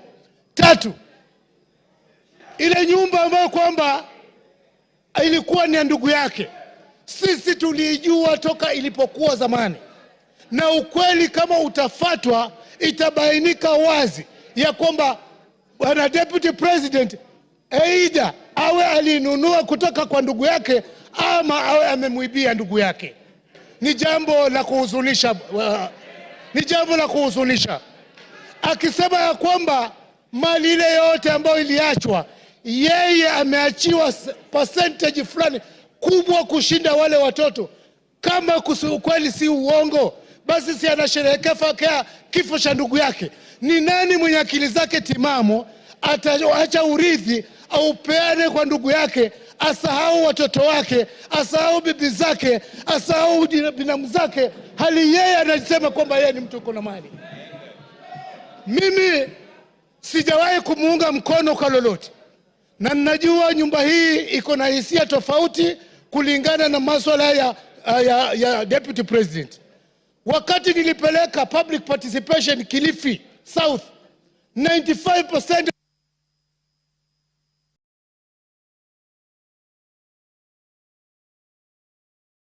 Give him 1 minute. Na asante sana mstahiki Speaker. Na asije akasema ya kwamba yeye alichaguliwa na watu sijui milioni 7, na ukweli wa mambo ni kwamba sisi ambao tuko hapa kama wabunge, sisi ndio tuna represent wale watu ambao walitualika pale. Kwa hivyo asiseme kwamba sisi hatuna uwezo wa kutoa amri au mamlaka ya kwamba yeye agatuliwe mamlakani. Langu ninasihi, wakati umefika. Unajua Mungu akitaka kukumaliza hukuweka kichaa. Mimi sijasema kwamba deputy president akona kichaa. Ninasema tu ya kwamba matamshi yake kama hata chunga yataelekeza kwamba tumshuku katika akili zake. Asante Musaiki Speaker. Bashir.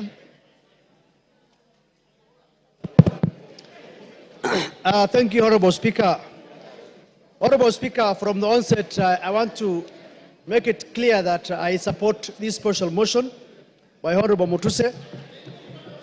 Honorable Speaker, there are 11 counts as contained in this special motion. What these 11 counts in total summarize and talk about is gross misconduct and issues of integrity. The holder of the office of the Deputy President is not a small man. He is just a heartbeat away from the presidency. Looking at the behaviors, actions, utterances of Deputy President Rigathi Gachagua shows you that he does not befit to hold the office of the Deputy President. Honorable Speaker, time and again, His Excellency Rigathi Gachagua has been talking about Murima, Murima, Murima. But one thing I want people to know is that the same Murima has people who have been elected by the same representative and who are in this house representing the people of Mount Kenya. Rigathi Gachagua is not the sole representative of Mount Kenya. They have MPs, they have women reps, they have senators, they have governors. He is supposed to represent each and every part of this country called Kenya. Unfortunately, he doesn't understand that bit. Sometimes in July, in a well-attended press conference in Mombasa, intelligence services, and especially in the person of the Director General. Now look at this case. The Deputy President is a member of NSAC, the National Security Advisory Council. He sits in that council. If there are issues that he has with individuals running those institutions, the best place will have been that council. Now, you've been the Deputy President of the country. Instead of addressing matters in a perfect and constitutional manner, you address the press and taint the images of such officers, critical officers of security. That itself is quite unfortunate. Honorable Speaker, I listened to the press conference last night. One thing that perturbed me was the issue of His Excellency saying, I have gotten all these wealth from my brother. Now I'm asking myself, he doesn't have wealth of his own that he can tell the people? How come he is the one who gets more of the shares than the widows and the orphans?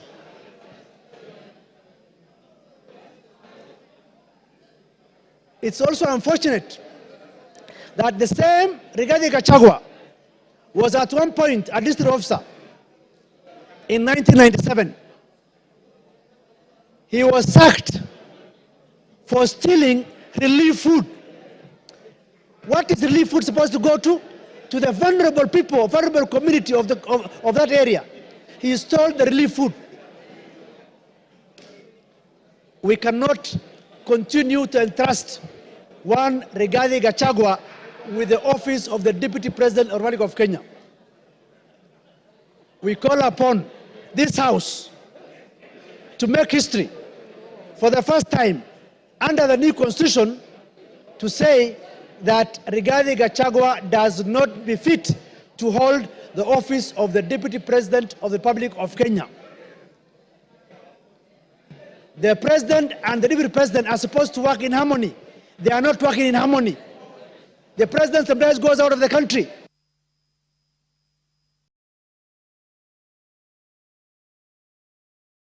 Sorry, Ruth Odinga.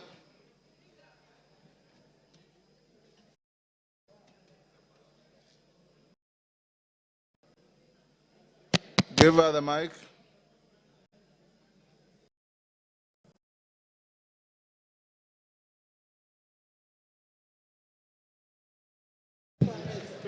Thank you, Mr. Speaker, for giving me this opportunity. I rise today not just as a member of this esteemed House, but as a daughter, a sister, and a proud descendant of those who fought tirelessly for the freedom we hold dear.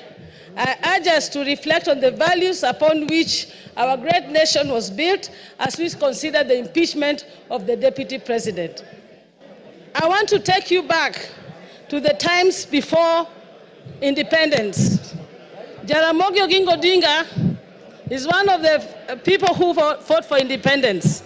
And the colonialists actually offered him to be to become the president of Kenya. He declined and left that for Jomo Kenyatta to become the president. And in 1964, Jaramogi became the first vice president of the Republic of Kenya.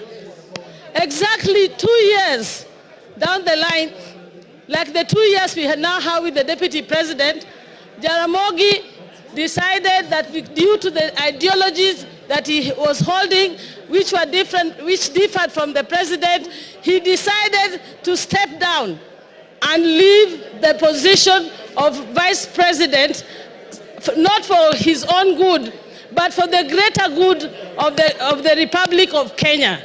He actually stepped down. I would like, in my own statement, to ask the Deputy President that Kenya is larger than you. Kenya is a big country that we need to protect.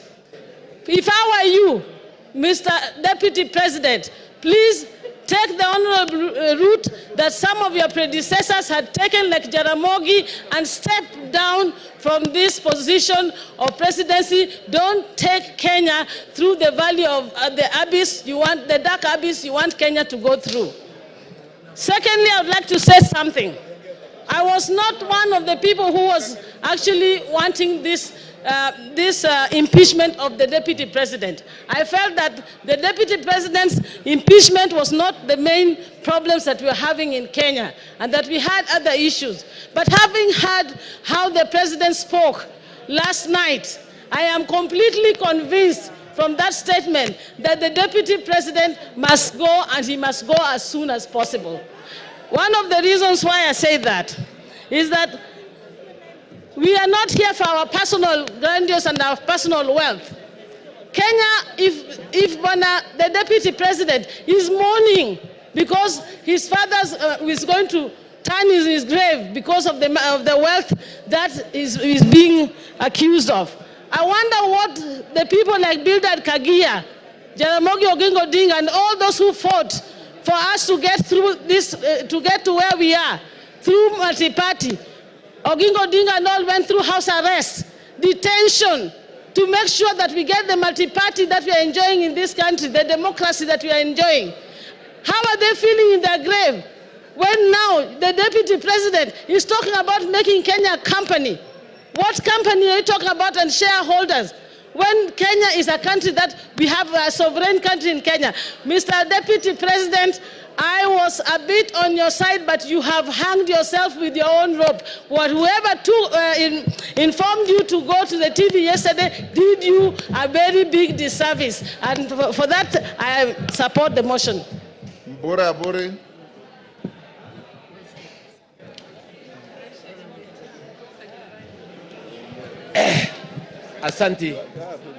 Asanti Bwana Spika kunipa nafasi hii. Yangu ni kidogo sana. Nikusema eti ya kwamba tunataka naibu wa rais yule ambaye si mkabila. Kwa sababu nchi yetu ya Kenya ni kubwa sana kusinda mtu. Tukiongea mambo ya mlima, kule kwangu Tigania East, tuko katikati ya mlima. Lakini ukiangalia katika hii kitabu ambaye, ukiangalia haya mashtaka yaliyo katika kitabu hii, ukiangalia ile mashtaka katika kitabu hii, ile zile kampani zote ziko hapa ni za Gachagua, bibi yake na watoto wake. Hakuna Mutigania, hakuna Mwegembe, hakuna Muimenti, hakuna Mluya. That means yeye mwenyewe alikuwa anatetea tumbo yake. Ndipo mimi niko hapa kusema eti ya kwamba sisi hatupembelezani. Sisi tunasema kwamba lazima aende nyumbani kwa sababu amekataa kuangalia mambo ya wananchi wa Kenya, na Kenya ni kubwa. Ingine ni hii. Mimi nimekaa kule East Africa Community kipindi ya miaka 5. Nilikuwa na Jematia ambaye ni dada yangu. Katika kipindi ya miaka 5 sijawahi kusikia Jematia akiwa no malaya, lakini naibu wa rais alisimama akasema kwamba Jematia ni malaya. Ya kwamba mimi nikiwa Mporo Mtabori na support naibu wa rais aende nyumbani. Asante sana. Thank you. Women Rep Busia.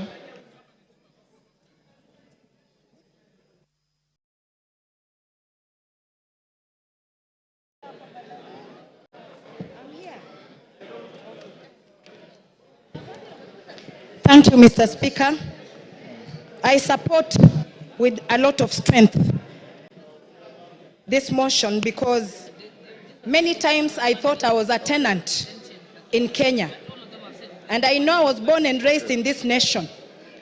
When a leader of a national figure discriminates openly, I left myself wondering if we can keep allowing to be divided every day, and yet as leaders we must be a factor that unites all Kenyans.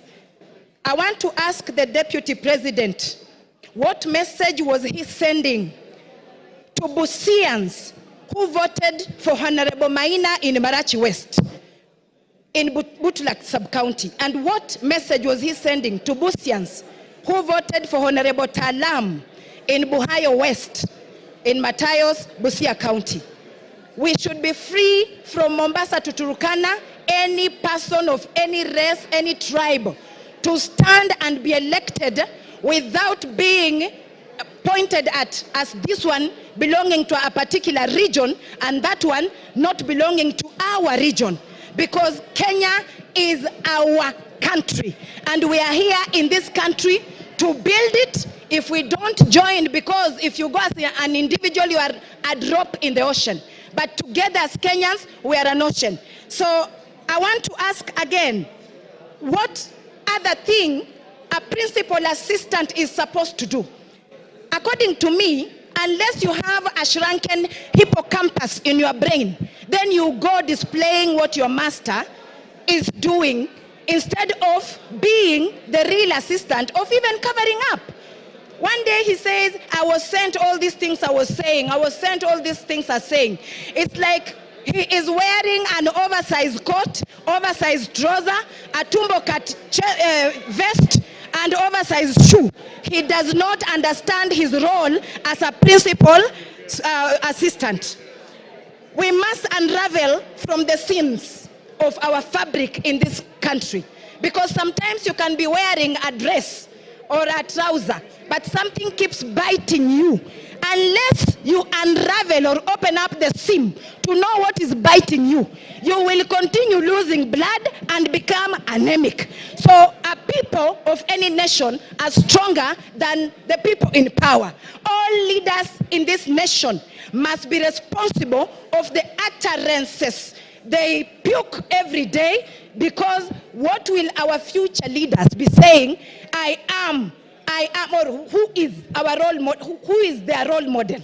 All of us must be responsible not to give hate speech anywhere we go.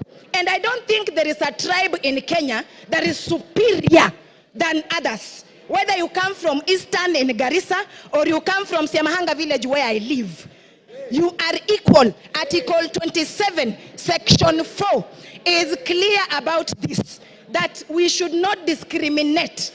When I hear a widow in Mount Kenya being tortured, being snatched property by the deputy president, whether she is Kikuyu and she's a widow, she is representing all the widows in Kenya. So Gachagua return the matrimonial property, the bank accounts, everything that you took from that widow in Nyeri. Because I was raised by a widow and I know what happens when such things happen. A widow should be given their rights, whether you have all the muscle in the nation. And thirdly, a leader who does not respect women, that one is not a leader. Calling women prostitutes. So when a woman is being a prostitute, who is the other prostitute? Then he must be the one. Because if you call me a prostitute, was I doing myself? There must be somebody in a trouser too. And we do not want to be discriminated. We have been dating, marriage, we marry Kikuyu, Luya, Teso, Kamba. That should continue happening than us growing up or children fearing to marry from Mount Kenya or fearing to marry from Nyanza. That is wrong. So Deputy President must go home. We really want him to just take a rest. Thank you, Mr. Speaker. Yes, Muya, what's your point of order? Speaker, I'm standing on standing order number 91 on matters of facts and substantiating what the member is speaking of. The issue of Malaya have been adversely mentioned in this house. Have you as the speaker received anything to substantiate? Honorable Speaker, it is on record that the deputy speaker, the deputy president has been closing the whole country, campaigning for the same women, especially in Mount Kenya where he was assigned. So it is unfair that members can continue repeating, you cannot substantiate, and there is no evidence. We should You've have made your evidence. point. Honorable members, order, take your seat. Honorable members, I want, with your concurrence, to reduce the time of the speakers to 2 minutes. Is that agreed? Is that agreed? For the purpose of the record, I'll put the question that we reduce time for speakers from 5 minutes to 2 minutes. As many as of that opinion say aye. Will those of the contrary opinion say nay? The ayes have it. Didymus. 2 minutes. Mr. Speaker, I want to be very clear that I support this impeachment motion. I say so because Kenya, we have more than 42 tribes. And it was never our permission to decide which tribe you belong to, Honorable Speaker. And we want every part of our country to feel part and parcel or properly represented by our Deputy President. The continued dividing of our country in shares, Honorable Speaker, in terms of how many votes that a particular area voted for the government, Mr. Speaker, it is making parts of this country feel like they're not part of this country.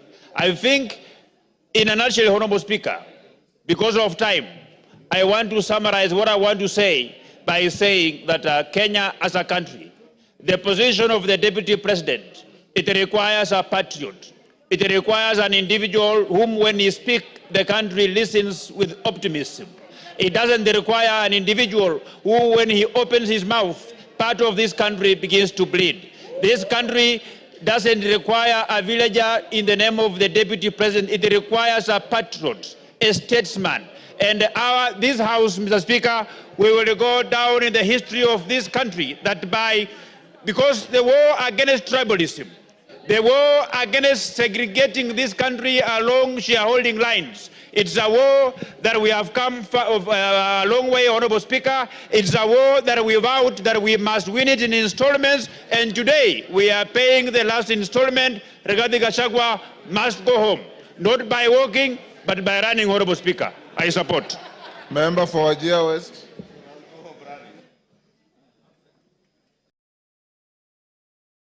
Please here. Thank you, Mr. Speaker, for giving me this opportunity. First, I rise, Mr. Speaker, reluctantly but firmly in support of all the articles of this motion. Mr. Speaker, I say reluctantly because of the following reasons.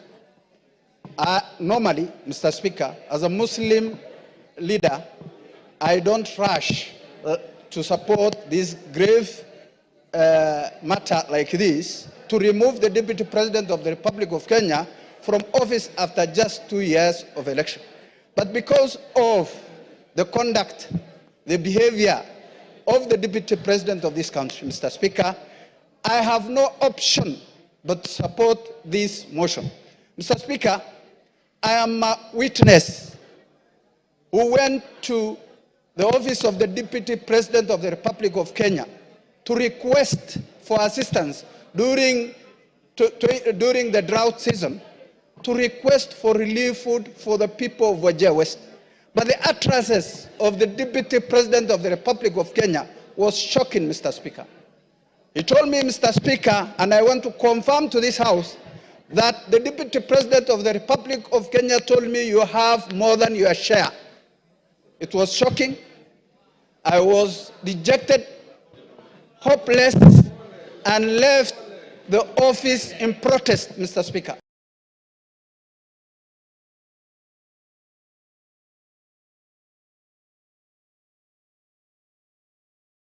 Disrespected and discriminated against the people I represent in this House. Mr. Speaker, today, as we speak, it's a historic day. And for that reason, Mr. Speaker, for unity of this House, of the country. Your time is up. Your time is up. Member for Tetu. Thank you, Mr. Speaker. You have 2 Mr. minutes. Speaker, from the onset, I rise to oppose this motion, this special motion on removal from office by impeachment of the Deputy President of the Republic of Kenya. Mr. Speaker, when a man is down in the spirit of Ubuntu, it is not good to crush him. On Sunday, the Deputy President at the National Prayer Altar stood and apologized profusely to his boss, to fellow Kenyans, and indeed to all the members of this House. Mr. Speaker, I feel that our party, UDA, on which the Deputy President was elected, has internal disciplinary mechanisms which have not been exhausted so as to bring this matter to this House. I also feel that in the spirit of us finishing the agenda that we promised Kenyan this matter can wait to 2027 so that we can focus on service delivery to our people. Mr. Speaker, I will personally request the members of this House to find it in their heart to forgive the Deputy President. And I will personally. Mr. Speaker, you have had honorable member telling this House that in UDA they had not exhausted their disciplinary mechanism. Why did he then decide to sign on the motion? Why did he sign? Mr. Speaker, thank you very much. The matter of... One day to finish up. I did not finish. Not exhausted. Go on, you have half a minute. Yeah, Mr. Speaker, the matter of my signing, you talked about it, and the matter is rested. Wanjara can come to your office for further explanation. Mr. Speaker, I personally would like to volunteer to lead other leaders in this country, elders, bishops, to ensure that we sit down with the Deputy President so that if there are any issues that he needs to correct, if there are any issues that he needs to align, he can align so that himself can continue serving the people of this country. He has some good in himself, and that good needs to be preserved so that he can finish his work. So, Mr. Speaker, I rise to oppose. Thank you. Umi. You have 2 minutes. Thank you, Mr. Speaker. I rise to support the motion of impeachment because of many reasons. Mr. Speaker, as a young person and as a representative of the House for the Youth, I wonder how many young people of this country can walk into a bank and access a loan of 600 million shillings without any guarantees of any sort. Mr. Speaker, this is a representation of impunity. The Deputy President stood before the media yesterday as a national leader to defend his children.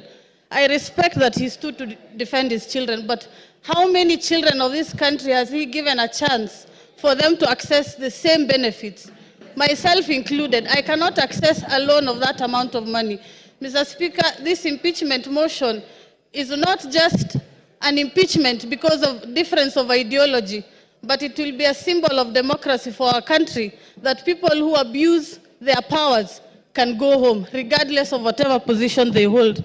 Mr. Speaker, I come from Garissa County. We lost residents from my county at an accident as they were accessing to cross a river because of the flood scandal. Mr. Speaker, out of the 10 billion shillings that he had under his pocket, he only gave us 48 million shillings and disappeared and never showed up again. Mr. Speaker, what can 48 million shillings do for people who are suffering? Mr. Speaker, he did not even step in Wajir and Mandera. This is a deputy president of the whole country. I support the impeachment. He must go home and create a room for other people to get that position. Maybe it's time for other regions to be deputies so that we can get the same benefits. Mr. Speaker, I can even do a good job myself. Mr. Speaker. Your time is up, Jen Kagiri.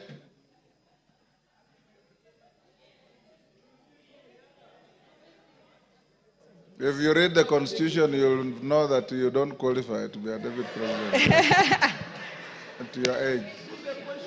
Jen Kagiri.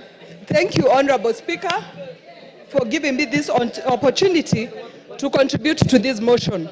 Honorable Speaker, when I was elected in the year 2022, in the month of August, I was a very grateful person to God, and I knew my work was to serve the people of Laikipia County. A county that is cosmopolitan, that has Pokot, that has Turkanas, that has Maasais, that has Samburus, that has the Muslims, it has the Somali.